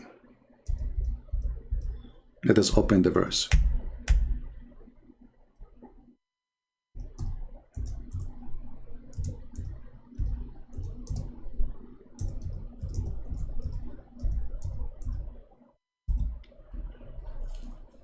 Chapter 6, verse 112. Read with me, Allah.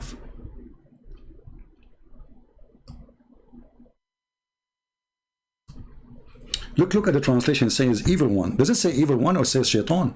Satan's. I mean, look at this false translation.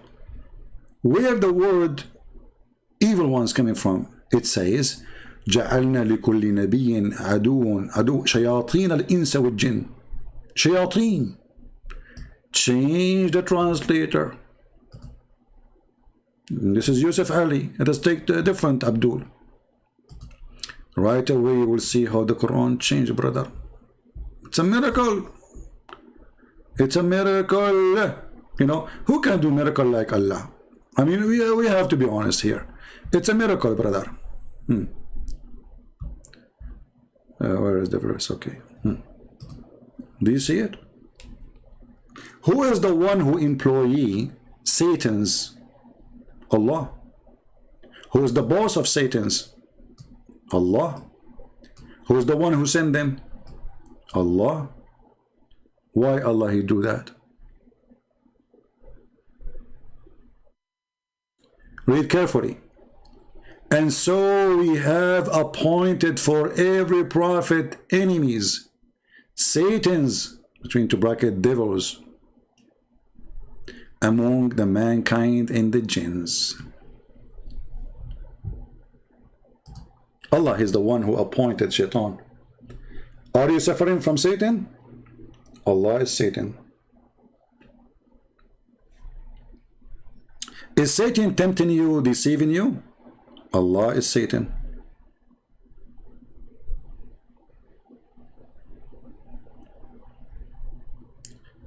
Don't forget to subscribe, and don't forget, guys, to leave a comment. I noticed that you guys, you watch my video, but you don't leave a comment. The more comment you do, the more the video will show up in the search engine in YouTube. And for sure, I want you to make a comment, just not to say just words. I want you to make comment about what you think, what you heard, what people said. Don't be just so lazy to the point. I mean, look, I give from my day, the best hours of my day. And to be honest with you, after I finish talking about this filthy religion, I feel disgusted. That the whole day is gone. All of this, I'm not doing it for myself. I'm the last one Islam can deceive me. I'm the last one can be fooled by such a cult. I'm the last one can be fooled by somebody want to be a pimp, provide me a vaginas. I'm not seeking vaginas. This God is the God of the vagina. What you get if you believe in him? Vagina. What you get if you believe in him? Long penis. What you get if you believe in him? 70 years orgasm. This is vagina God. And he made them kiss it. The black stone was a vagina. This is why you see Abu Bakr, he said to somebody he don't believe in Islam, he said to him, go and suck the clitoris of Allah.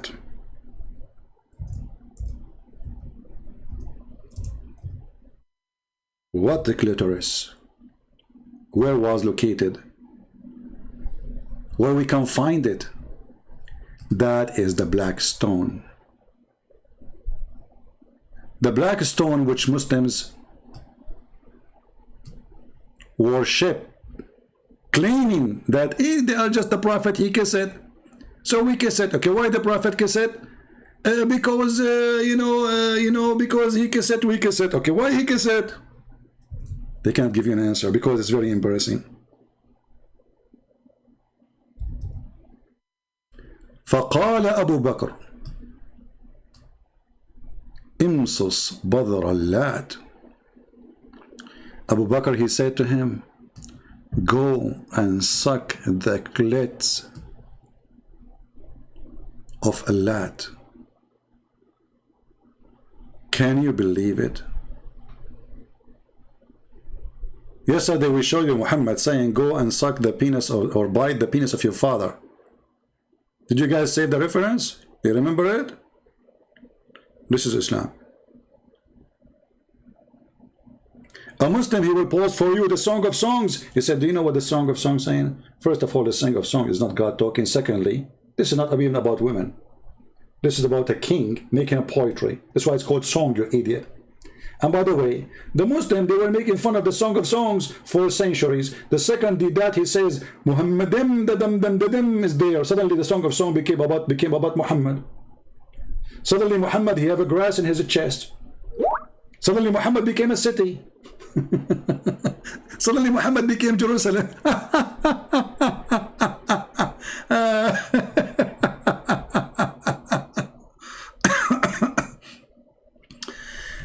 Look at this kid. Islam, the way to what? To the sewage? We just showed you your prophet. He took the way of Islam and he went to the sewage directly, and he took a shower there every day. So guys, look what the Muslim they say. They cannot debate me, and they are desperate. So look what they say.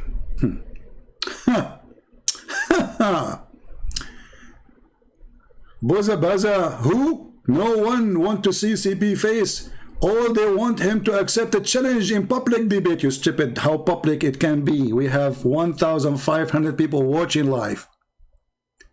It is more public than YouTube, where there's billions of people, they can see it. Have you ever heard of a public debate better than this? You need to prepare for a century to make 1,500 or 2,000 to attend. It's for free. Public debate, isn't it? This is public. Are we private? You want to debate me? Public debate. So what is this? Are we in the bathroom?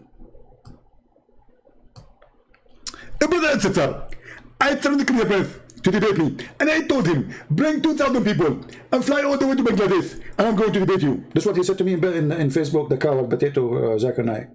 He wanted to bring 2,000 people with me. Guys, I'm so rich. I can pay for your ticket. Don't. And you know what? Where? We will go to Bangladesh. I mean, people will come like crazy. I mean, the second you say Bangladesh, they will, like what? We will go to Bangladesh. I don't even need to convince them. I mean, like, this is the destiny.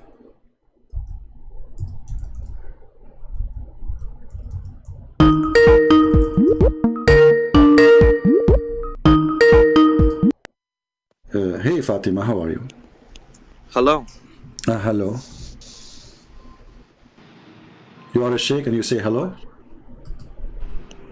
Wait, huh? Can you hear me? Yeah, I hear you. Okay. Are you free? Because I saw that you were debating and you were quite busy, so I know I shouldn't have called at wrong times, but are you free right now? Yeah, I'm free right now. What do you want to say to us? Are you in Bangladesh now? Okay. Excuse me? Are you in Bangladesh now? No, I'm not from Bangladesh. Oh, okay. Because Zakir Naik, he invited me to go to Bangladesh to debate him. I don't listen to Zakir Naik myself. Why? Zakir Naik, I don't want to hear about him. What's wrong with Zakir Naik? What's wrong? Zakir Naik is not a scholar. He's a da'i. There's a difference between a da'i and a scholar. Okay, are you a scholar? I never claimed to be a scholar. No, I said sheikh. Sheikh, what does that mean? Okay, all right. So you want to play these games? I don't have time for this. The other day, did you say? If you don't have, listen. If you don't have time, then hang up. Were you talking about Surah Al-Minun, verse 14, where it says Allah is the best of creators? Yes or no? Yes. Huh? Okay. So what is the Arabic word used in that verse? Since you're an Arabic scholar. Khaliqeen. Khaliqeen. What does that mean? Creators. Okay. Why is the word badi'a not used? What badi'a mean? Badia means to create something from nothing. But do you mean create something from nothing? To originate. Unique. Okay. Many Okay, words. I'm listening. Go ahead. I'm listening. Go ahead. So when you create something from nothing, Allah subhanahu wa ta'ala has the power to create something from nothing. Really? Like he created the sky, for example. He created many things from nothing. But a human being can be a creator in the sense where they create something from a material. For example, if you have a tree, can a human being create a tree if they have wood? They can. That's why the word khalaqa is used. But can they create a tree without wood? They can't. So it's in less insignificance, if you understand, but you don't know the Arabic. That's why you just told me what is badia. You not know you Arabic. claim to be an Arabic Okay, scholar. guys, I do not know Arabic. Speak to me in Arabic. Speak to me in Arabic. Well, if you don't know, why would I speak to you? You I'm idiot. asking you a question. Because you're an answer. idiot. You just said to me, I do not know Arabic, and you are teaching me Arabic, but you yourself do not know Arabic. How do I not know? Speak to me in Arabic. Go ahead. What do you want me to tell you? Tell me whatever you want. Tell me whatever you said now in Arabic. I told you. I said the word badia. No. Said, Tell me that. Tell me the whole story in Arabic. Forget about English. Start from zero. Tell me in Arabic what you said. Answer my question. Don't jump. Answer my question first. So you are teaching an Arab. You are teaching an Arab person Arabic, but you do not know speak one Arabic word. So what badia mean? Look, I asked you a question, right? Abdul. So You know, I like you. Honestly, you are. This is why you call yourself Fatima, because you think you are a girl, right? I told you about that. I said it's not even my Skype account. I don't want to hear that. I asked you a question. Why can't you answer but you keep it. Why But you keep it. Okay. Hold Why on. are you jumping? Okay, hold on. So if Allah is the originator of everything, correct? Correct. All right. Who is the originator of the leg of Allah? Of what? The leg of Allah. You're talking about Surah Qalam 68 verse 42? I don't know. You know better. Okay, yeah, that's talking about the greatness of Allah. Okay. No, there's something called sifat, if you understand. Don't fool people. So what does shin of Allah present here? It's talking about the greatness of Allah. You know the verse. You want to post the verse so people can read? This is not a question. I'm asking you, who is the one who created the shin of Allah? Well, that's a foolish question to ask. What are you trying to say? Why? What are you trying to prove? Well, because Allah is a physical being and He have a shin. And No. That's why it says وَلَمْ يَكُنْ لَهُ كُفُوًا أَحَدٌ. Okay, nothing is equal to Him. Who cares? Nothing equal to my dog too. That's why there's Surah Al-Ikhlas. Okay, this is not the question. Allah has a shin. You have spread many lies. I see multiple lies. You say that let us laugh. Okay, hold on. Don't scream. You said he stole underwear. Don't scream. Don't change topic. Don't change. You see, the second we go try to be consistent in the topic, you start jumping, trying to. Don't force me to hang up on you. Don't be a kid. So I'm asking you now. Is the shin of Allah? I'm not a kid. You tell me. I want reference. I'm a person of knowledge. Is the shin of Allah physical or not? Allah subhanahu wa ta'ala cannot be described. This is not the question. He cannot be described. Guys, did he say he's not physical?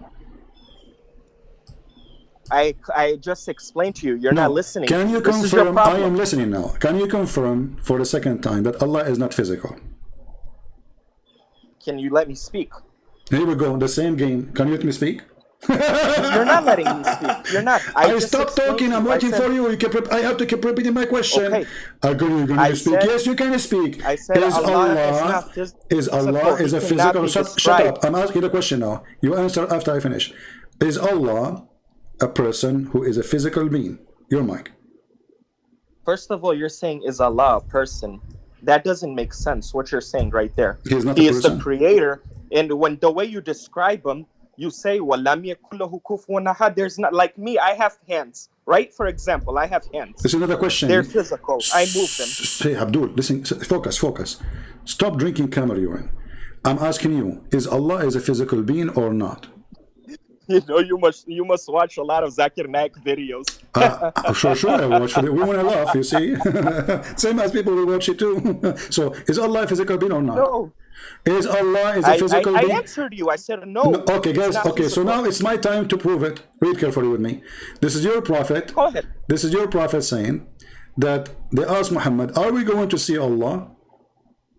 in the day of resurrection. Muhammad Okay. says, do you have difficulty to see the sun in midday when it's bright Okay. and there's no cloud in the sky? They replied, no. He said, do you have any difficulty seeing the moon in a full moonlight when it's bright? They said, no. Here he replied, the Prophet said, well, this is how you will see Allah. No difficulty seeing Allah. Is that something they will see physically or not? You're so twisting the criteria over here. You're trying to twist it. I explained to you. You see how when you speak, I let you speak. I Stop don't making a interrupt speech. you. I don't talk over you. Stop being stupid. Give me the answer right away. Don't give me a lecture before I'm you know. giving you the answer as No. long as you be Okay, quiet, no. Are respectfully. they going to see Allah literally, or they will not see Allah? People will see Allah in Jannah. What they will when see? they make it to Jannah, Okay, what they will see Allah. What they will see? But the way Allah looks is the question. I go back to the verse. In many verses Okay, in the guys, did Quran, he say yes. the way Allah looks? Did he say the way Allah looks? No, but you're not letting me finish. No, I'm You're not letting you letting finish. me You are talking. I'm talking too. You just said the way Allah looks. So Allah is a shape. We don't know that. Is We don't know how He looks. You just We can't said describe him. said the way Allah looks. You will, when you go to Jannah, Uh-huh. you will see Allah's face. But right now we haven't seen Him, so we Is- don't know how He looks. Okay, That's why it guys, says, you will see what is Allah. وَلَمْ يَكُنْ You لَهُ will see كُفُوًا أَحَدٌ? Allah. You will see Allah face. Did you hear it? So is Allah face is physical? You cannot describe it. This is for not. the I'm not 1 millionth asking you, time. Abdul, to describe it. I'm saying, is it physical or not?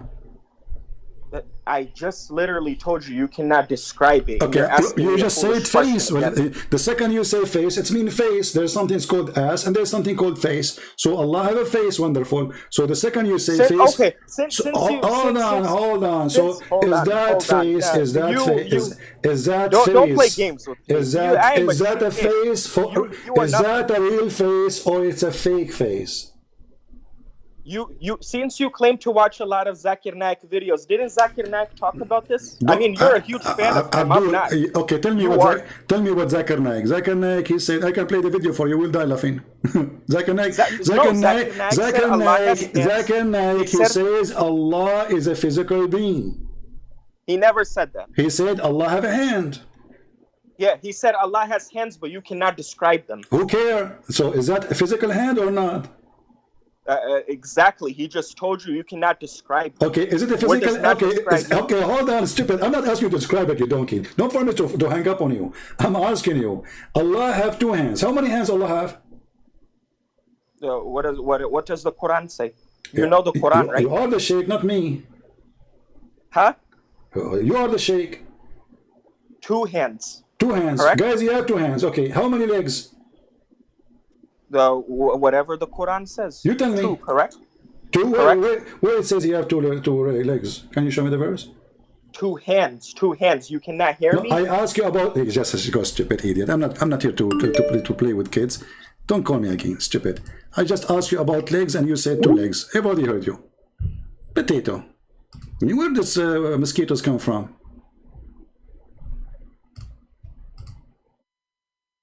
I just said 2 legs, and you said 2 legs. I asked, how many legs Allah have? You said 2 legs. The second I said to him, where it says that?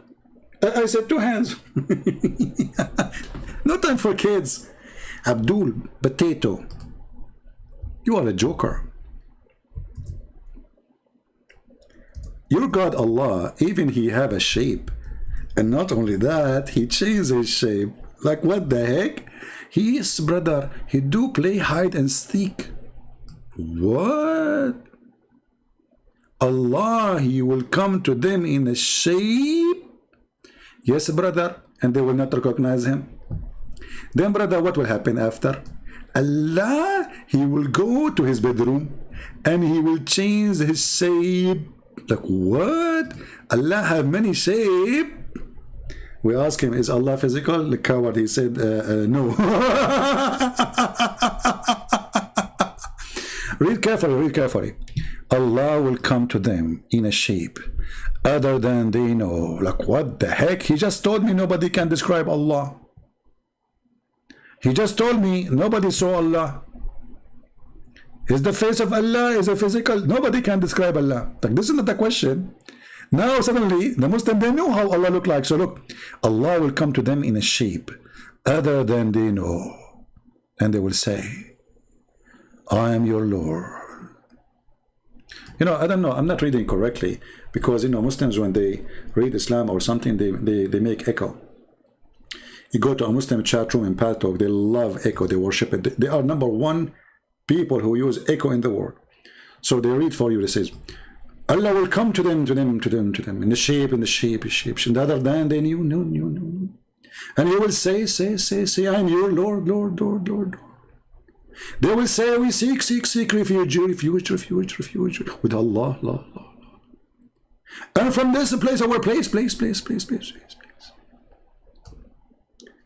The most hilarious chat rooms is Muslim chat room where nobody dare to chat. You know, once I went to a chat room, Muslim chat room, everybody have red dot, which means nobody can use text.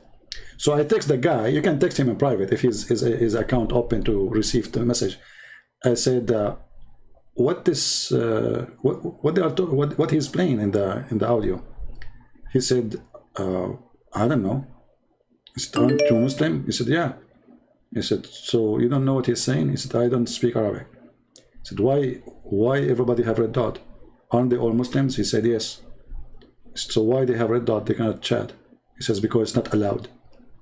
I said, allowed what? Not allowed to ask questions. It's education time. It's education time. You join the classroom and don't ask a question, brother. University of no questions. Everybody will graduate with degree of Sharia law. You will learn when it is halal to shave your underarm. But don't ask questions, they are serious. A Muslim girl, she called the Sharia TV law, Sharia program, and she asked, brother, obviously she is a whore. You know, the way she was talking, she was very, very bad, you know. But maybe she is just making fun, I don't know. She called the sheikh, two sheikhs. Assalamu alaikum. The sheikh, he said, wa alaikum salam, sister. She said, my sister told me that when I take off my clothes, the fish, they start shaking when I take off my clothes, see my beautiful body, and I'm naked. The sheikh, he started sweating. The other guy, he's drinking water. He whipped the whole water in his mouth. And then, okay, the sister, so you are in your room and you take off your clothes and the fish is shaking. Sister, I think, well, iyazu billah, sister, those fish are genie and they are looking at your pure, beautiful body, sister. I advise you, sister, not to take off your clothes in the front of the fish tank, sister. The girl, she said, oh, but this is the only room I have. Then the guy, he said, okay, sister, sister, I think it's better for you then if they cover it by blanket. Like, what the heck? You see how serious the program? I mean, the girl, she's taking off her clothes and the fish is masturbating. What a dirty fish. What a filthy son of a mut'a fish. I mean, shame on you. We bring you to our house. We put you in a fish tank. We feed you every day, and now you are going to watch Fatima taking off her clothes, and you masturbate, you filthy. If I am you, I will barbecue the fish. I will shoot it. A fish shaking when she is taking her panty? Like, what the heck? Scientifically approved, brother. The same thing. You ask them, okay, Allah have a shin. What is the shin of Allah? You can't ask questions. Allah, he sit in the chair. How is in the chair? You can't ask questions.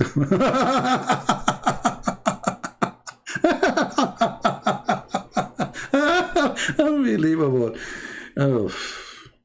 Hey, Muslims, we Christian, we say hallelujah. What about you? You start saying shinnuya. Your God is a shin? All your God is... What is... Okay, if Allah is a shin, his face is where? In the shin?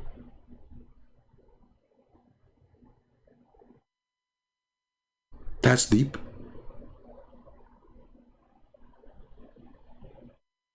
Yeah, you know, like you go to you go to do fishing. If you go fishing, and you will see the guy who is very handsome, he will get a lot of fish, because female fish, they get horny when they see him. You know, I think that the male fish, only the one is coming to me. You know, they are those homosexual fish. They look at me and this guy look like so manly. Oof. You know, man, crazy religion, man. What a stupid cult. A guy, he opened the door in his wife. He saw his wife touching herself. He posted in internet about what he saw. The answer from the sheikh, brother, she is having sex with the genie. Like, what the heck?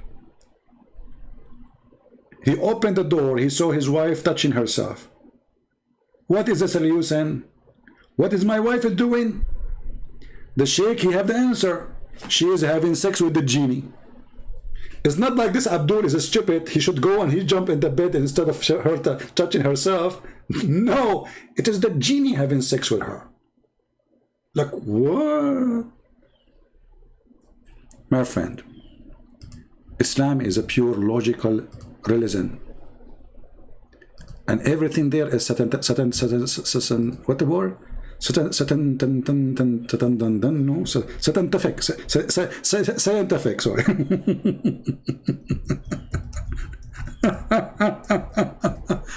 Oh boy.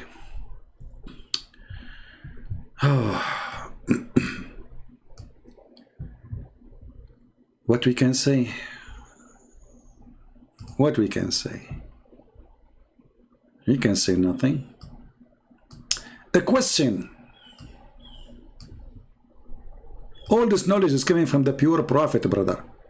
Can a jinn have sex with my wife? Look at the question. Like, what? Brother, what? This is the question? Answer. When a man has intercourse, this is the hadith, with his wife, and does not say the name of Allah, and he said the prayer, the jinn, the shaitan, will coil around his urethra, I'm saying the word correctly, and has intercourse along with him. Like, what the heck?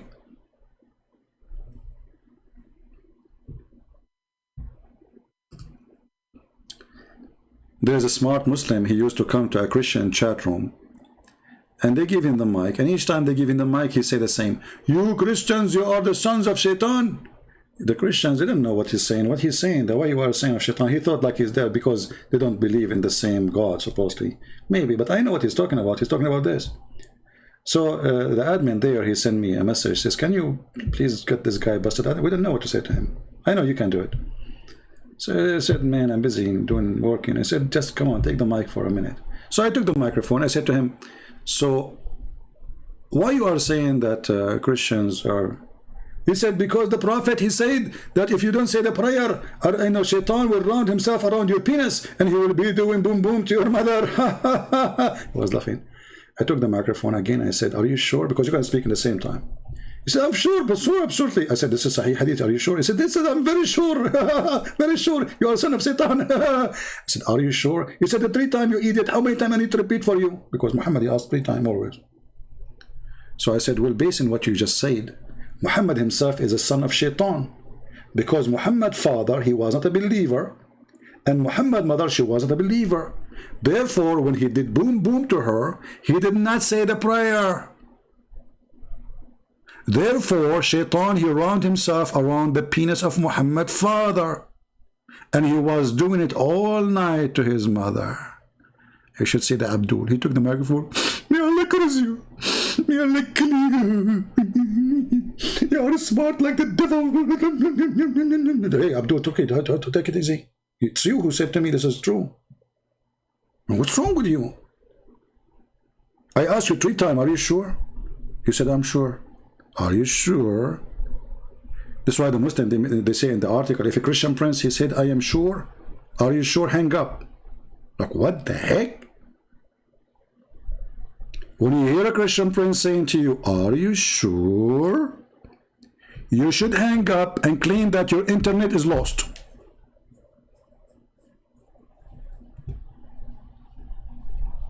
Hey Muslims, Muhammad is a holy prophet. Are you sure? I'm sure you are sure. Very sure. And very mature. And very genius. I mean, look at this. Who knows this prophet of a God? And here the reference, brother. Look at the reference, brother.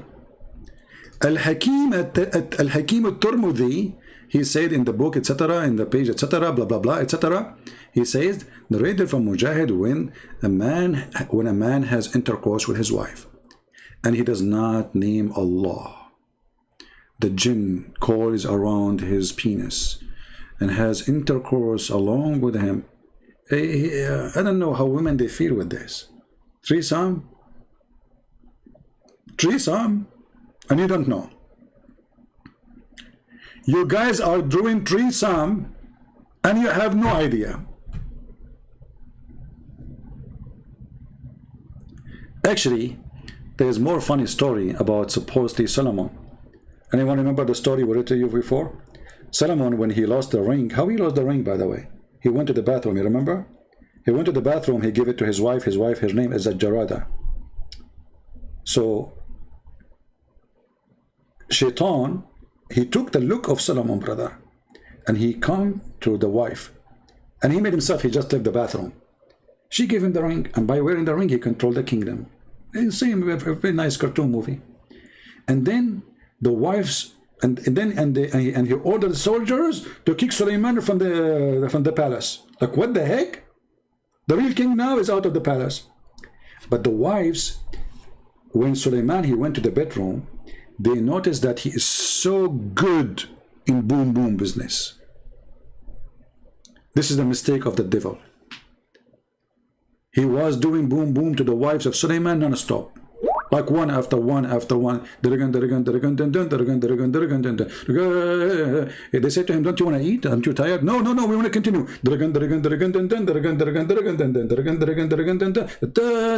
Come on, we need to take a break, man. Fire is coming from there. He says, no, we continue. So the wives, they went to the elders of the kingdom and they reported how horny he is. And they said, this is unusual. And then the elder, by this incident that he is so good in bed, they discovered that this is not the true Solomon. Which is really funny, because according to Muhammad, Solomon, he can have sex with 99 women in one night. I mean, you know what? Me, myself, I cannot do it. I mean, 97 maybe, 96 to be honest. You know, like, okay, that is not to exaggerate, 95 maybe, but 99 women in one night. Yes, Prophet Muhammad, he said that he wanted to have children, to do jihad, but he forgot to say inshallah. And based on this, Shaitan was calling around his penis too. Anyway, to make the long story short, as you see, Islam is just a joke. Islam is just a stupid religion.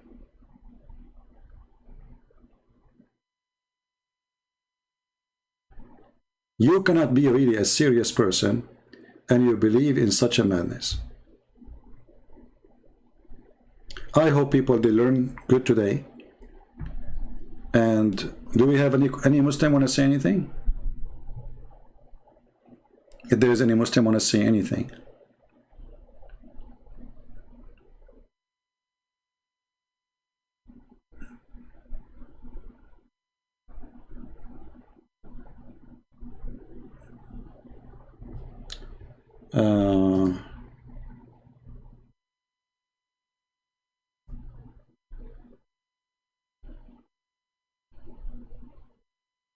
Anyone? All right. Well, guys, don't forget to download the videos and share with your friends. And please don't load the video right away. Wait for 24 hours. You can download the video right away. Always download the video right away, because you never know. So download the videos, but don't load them until 24 hours pass. And please, later, those who watch it, don't forget to leave a comment, you know, on underneath of the video, because that will bring more people to watch it and more people to discuss, you know. Okay, we have a request from an ex-Muslim. You remember the lady who left Islam? So she is saying chapter 46 verse number 12. Okay, we will do this. I was going to finish actually, but let us go there. This lady, she left Islam, and she have a request. All right, chapter 46. She is asking, her parents is next to her, and she want me to discuss this verse. I'm not sure what is the question, but this verse is simply clean.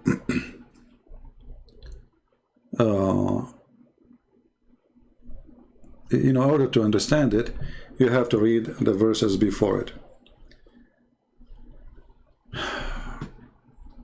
If you go from verse number 9, Allah, he said to Muhammad, you know, tell them that I am just a messenger, you know, I'm not a new thing. I'm just a messenger among many messengers who came before me. And I'm just following wahi, which means inspiration. But all of us, we knew that Muhammad, he received Quran not by inspiration.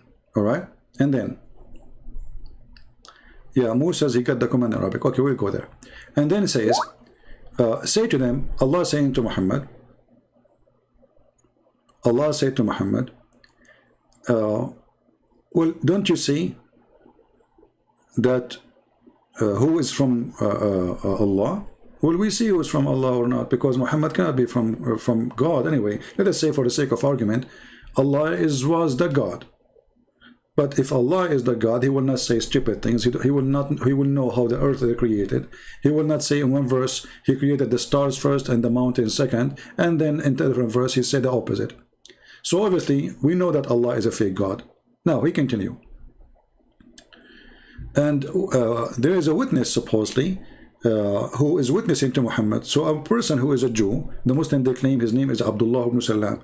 But just to confirm to you, there's Jews, they don't call the word Abdullah. They don't use the word Abdullah. That is a false name. All the names you see here, they are fabricated. After they convert to Islam, Muhammad started giving them different names. And even Muhammad himself, he is not the son of Abdullah, because if Abdullah was a Muslim, or Abdullah is the father of Muhammad, then he should be a believer. But Muhammad, he confirmed that his father is not a believer. And you will notice that all the uncle of Muhammad, they are Abdul Manaf, Abdul Uzza, they are the slaves of idols. And the father of Muhammad should be one of them. They changed the name to. So then he says that there is a witness on this, he is a Jew. And then those who disbelieve, they say,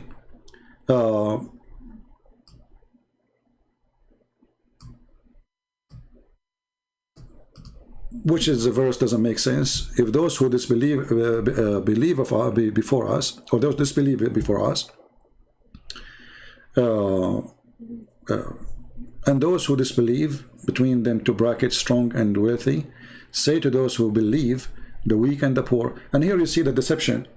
Isn't it Uthman was one of the most rich people of Quraysh? Isn't it Muslim they claim that the family of Muhammad are the most wealthy one?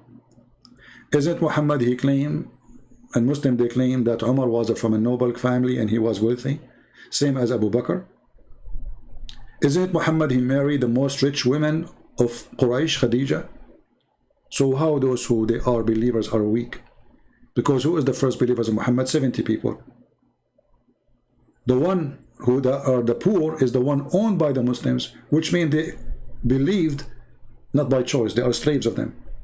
The rest are rich. So the rich own the slaves are believed in the master belief because they have no choice. And now the Quran claimed that the one who believe in Muhammad are the poor and the weak. That is a false argument. And then he said, he continues saying, and before this was the scriptures of Moses as a guide of and mercy, and this is a confirming book, the Quran, in the Arabic language. Okay, the one who said that the book of Moses is the Arabic is not what the verse saying. Maybe the translation sometimes is not clear, what the Quran is saying, that the Quran itself is in Arabic. The Quran itself is in Arabic. But here you notice something very important. I'm glad she pointed this verse for us. Why the Muslims, they say the Torah and the Bible are corrupted? This verse says confirming.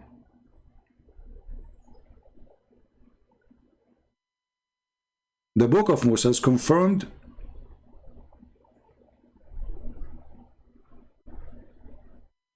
وهذا كتاب مصدق here ومن قبله كتاب موسى إماما ورحمة وهذا كتاب مصدق لسانا عربيا. It's okay. So the book of Moses, the book of Muhammad, is a book confirming the book of Moses. So why Muslims, they keep saying the Old Testament, and they make fun of the Song of Songs, they make fun of stories in the Bible, they make fun of Lut, how his daughters did what they did with him, when the Bible confirmed that this is what they did, it's not what God told them. See, in the Quran says that the wives of Lut, she was a whore. Does that mean that God, he made her a whore? So here you see the dishonesty. But here the important verse, this is the Quran confirming the Torah, not the Torah confirming the Quran. And this is the Quran confirming the Torah, which means proving that all the fabrication of Muslims about the Torah is invalid. Because why the Quran confirm it? And you can change the translation if you don't like this translation. Anything else?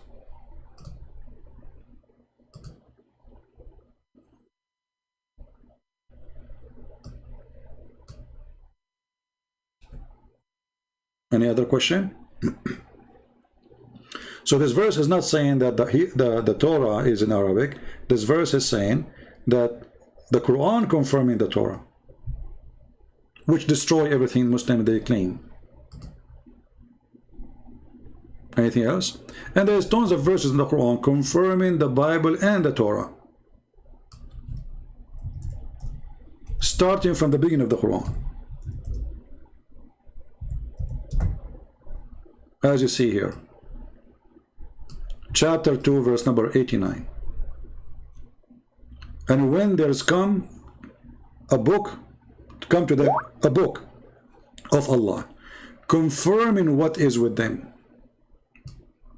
You see, it says what is with them. In the Arabic is so clear.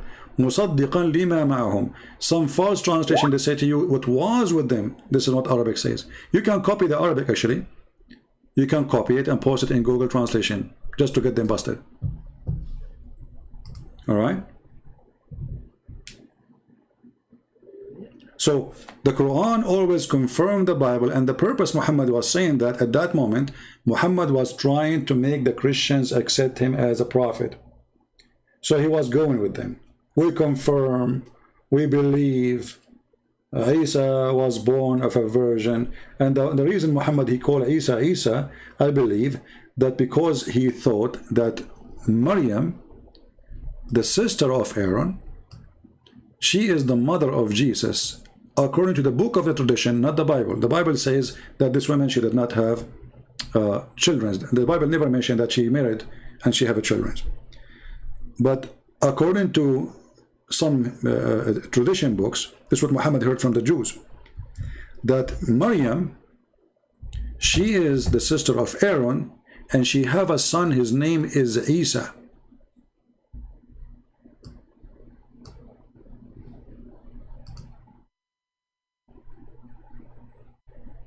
This is why the name coming from here. And then Ka'b al-Ahbar, which is a big supported scholar of the Hebrew people, came to Muhammad, and he said to him, he did not find Muhammad, he found Aisha. He said to her, but this is wrong. There's hundreds of years between Mary, the mother of Jesus, and Maryam, the sister of Aaron. Aisha, she did not say to him, you are wrong. Aisha, she said to him, you are a liar. Not only not wrong, you are a liar, which means obviously that's what Muhammad meant. When he came back, Muhammad, Aisha, she told him, this is what this Jew, he said, and he is a big Jew. He's a big rabbi. Muhammad, he have to fix it. He said, oh, they used to call them by their great prophets. But remember, Maryam or Mary, the sister of Aaron, is from different tribe of Mary, the mother of Jesus. So they are not ancestor. There's no connection. They are not from the same tribe. But this is how you expose liars. A Muslim asked me, did Isa speak Greek? I told him that Injil, which is Greek, and he says, okay, but you see, this is a good question actually. So the Muslim saying, if Jesus, he speak a Greek language, that explain why the Quran call it Injil. No, doesn't explain it. Because Jesus was sent only to the Hebrew, according to the Quran. Bani Israel. And that's what Muslims they say. They say every prophet was sent to his nation, and they claim that Muhammad was sent to all mankind. So if Jesus he was sent to the Jews they speak Hebrew. The Greek language is the language of the enemy. The Jews, they are fighting for their freedom. They are under the occupation of the Roman. So do Jesus speak the language? I believe Jesus speak all languages, even though he was able to make his disciples speak all languages, and even this is mentioned in the books of Muslims. But you will notice here that the Quran keep repeating that Allah he sent down the Injil, but the Injil is a Greek word. That means Jesus, if he was sent to the Greek people. He was not sent to the Hebrew, based on the Quran. Because remember, the Quran says in the same time that Allah never sent a messenger. Never sent a messenger. Except by the tongue of his people. Chapter 14, verse number 4.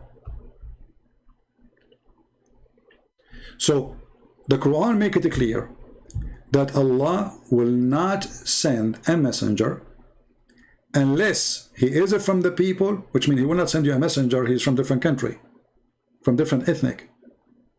He will send a messenger from the nation and in the language of the nation in order to make it clear for them. Do you see it?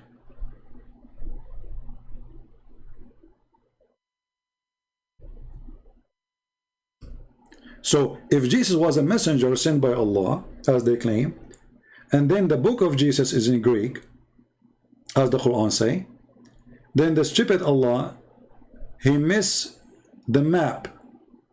He think that the Jews, they live in Greece. And Allah, he sent the book in a Greek language to the Jews. Well, Jesus spoke Aramaic, Jesus speak all, I believe Jesus, I mean, if we believe he's God, he speak all languages. Muhammad, he cannot even speak his own. He know Arabic, yeah, I mean, a kid, he will speak Arabic. A dog, he teach him some command, he will learn it. In any language. But Muhammad, according to Muslims, did not know how to write, how to read. So, the Quran is making it so clear that the one who will be sent, he will not be a person from abroad. He will be from the nation, speaking the language of the nation. And that destroyed the claim of Muhammad to claim a messenger for all mankind. That is a contradiction, because Allah will never send a messenger unless he speaks the language.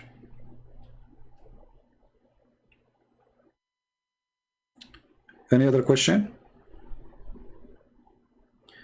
We have Mr. CYKA. He was 35 years as a Muslim, and now he left Islam. I'm so happy for you, my friend.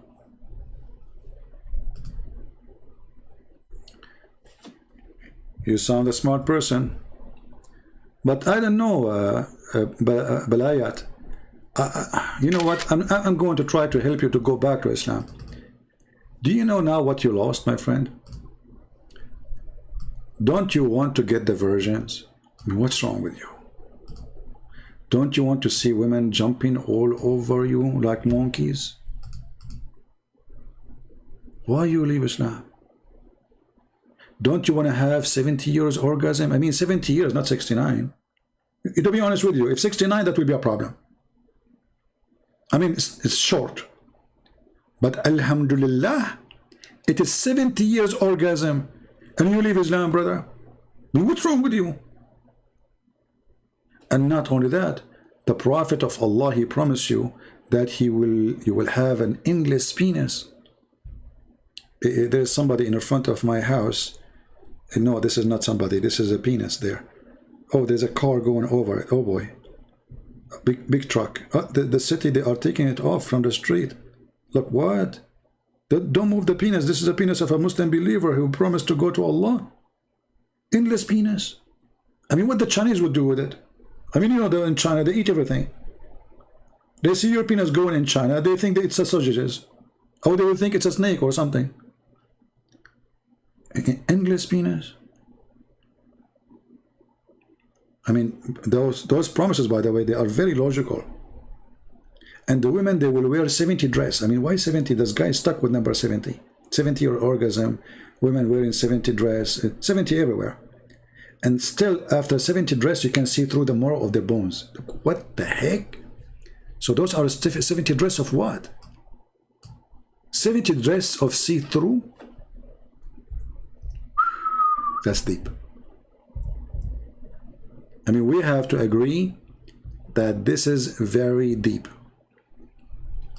Brother, look at this hadith. Look how beautiful. I'm just trying to help you to remember what you are missing. So maybe you would say Shahada again.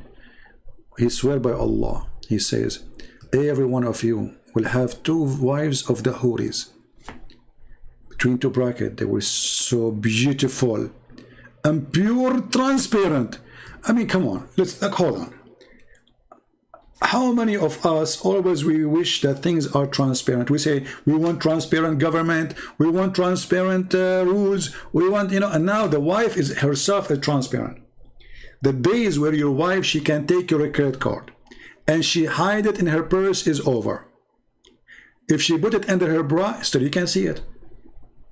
If your wife, she go to the refrigerator and she eat your hamburger, you can see through her belly.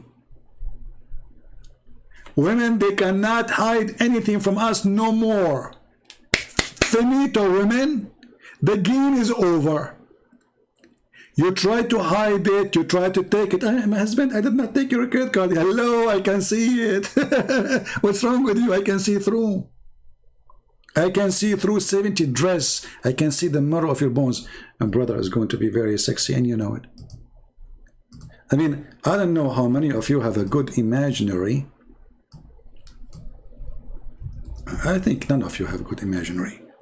Let us be honest here. The Holy Prophet, he gave us a holy description of the women in the heaven. What the women in the heaven will do? Brother,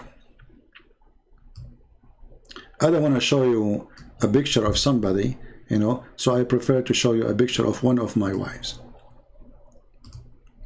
This is one of my wives going shopping. And look, she is very conservative. I mean, you can tell. And brother, you can see everything. Look, you can see inside the purse. Look at this. The game is over. They can't play with us. All of this, alhamdulillah, because of the wisdom and the promise of Allah. The dream come true.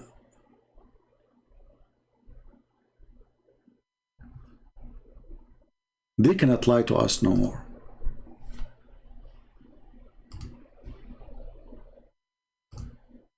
I don't know if it's going to look good if this is your mother-in-law. I'm not sure about that. Or but anyway, let us assume that this will be only for the good-looking women. You know, good-looking women. Look at this. Who can resist this? Let us be honest here. You are now in heaven, and the beautiful whore is laying down. or she is doing this. Look, I think this is very tempting. I should change it. Come on, we cannot do that. What about this? Like, what the heck? Man. I mean, the Prophet of Allah, he knows best, and he exactly tells us the truth. This is true. This is how women, they will look in heaven. And by the way, if you are a Taliban and you are listening to me, according to Muhammad, Allah will make you a green bird. Look at this. The guy, he joined ISIS, he did suicide bombing, and now he will be a green bird. Green what? Green bird, brother.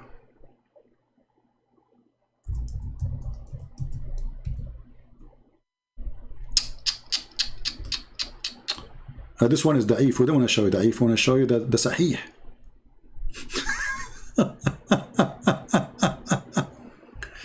Yeah, the sahih. Don't show me the da'if. Okay, this one. Allah will put the soul of the mujahideen inside a green bird.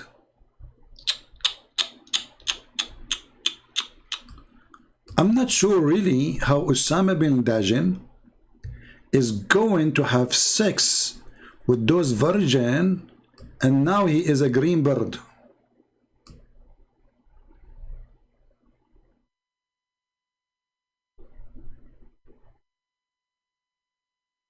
Allah will put their spirit in the crops of a green bird, which go down to the rivers of paradise and eat its fruit and nestle and in lamps of gold.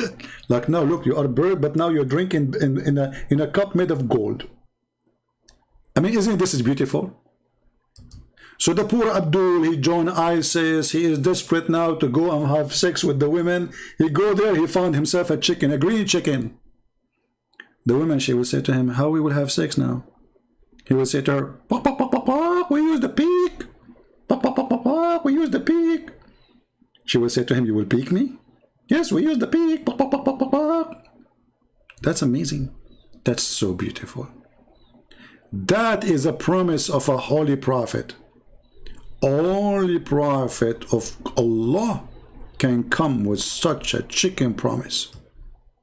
All of us, we wanted one day to become a green bird.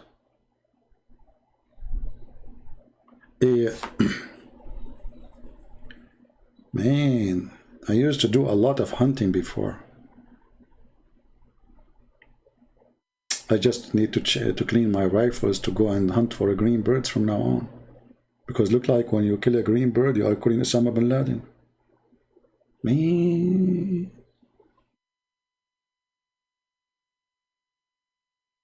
What is my sniper rifle? Anyway, I don't know. This guy who left Islam, I feel sorry for you, to be honest with you. You don't know what are you missing, because you will be a green bird and you will eat all the kind of worms. I mean, look, you go to the buffet. You are a bird now. What is the best food for a bird? Worms. You go in the open buffet, you will find all kind of delicious worm. Like worm with sauce, worm with garlic, worm without garlic, worm with the barbecue sauce, worm with, I don't know, you use it in imagination. I remember once when I was in Thailand, there was a woman selling cockroaches. Honestly, cockroaches, big one, a huge one. And she said, she don't speak good English. To her, what is that? It's cockroaches? She said, yes, it's good for boom boom.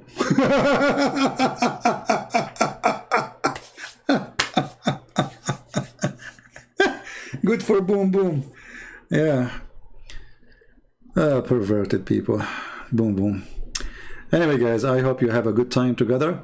Let me know if you like me to come tomorrow, which is going to be Friday, live on air, because actually I want to give myself a break, but I will see how many people watch the video. And if we reach, let us say, 20,000 people by tomorrow, I will come back tomorrow, same time as today maybe, and we will have a new video. And for sure we invite Muslims to call us, and even green birds. Green birds are welcome. But don't do poo-poo on my computer, please. Thank you. God bless you, and may the Lord save the soul of the Muslims who they are lost and misled. Remember, we don't hate them. We are here to help them. And we are here making fun of the stupidity, not of the stupid. Stupidity is our enemy. The Bible says, my people, they are perished because of their ignorance. So our enemy is ignorance. Christians, they suffer from ignorance. Many of them do not know the Bible.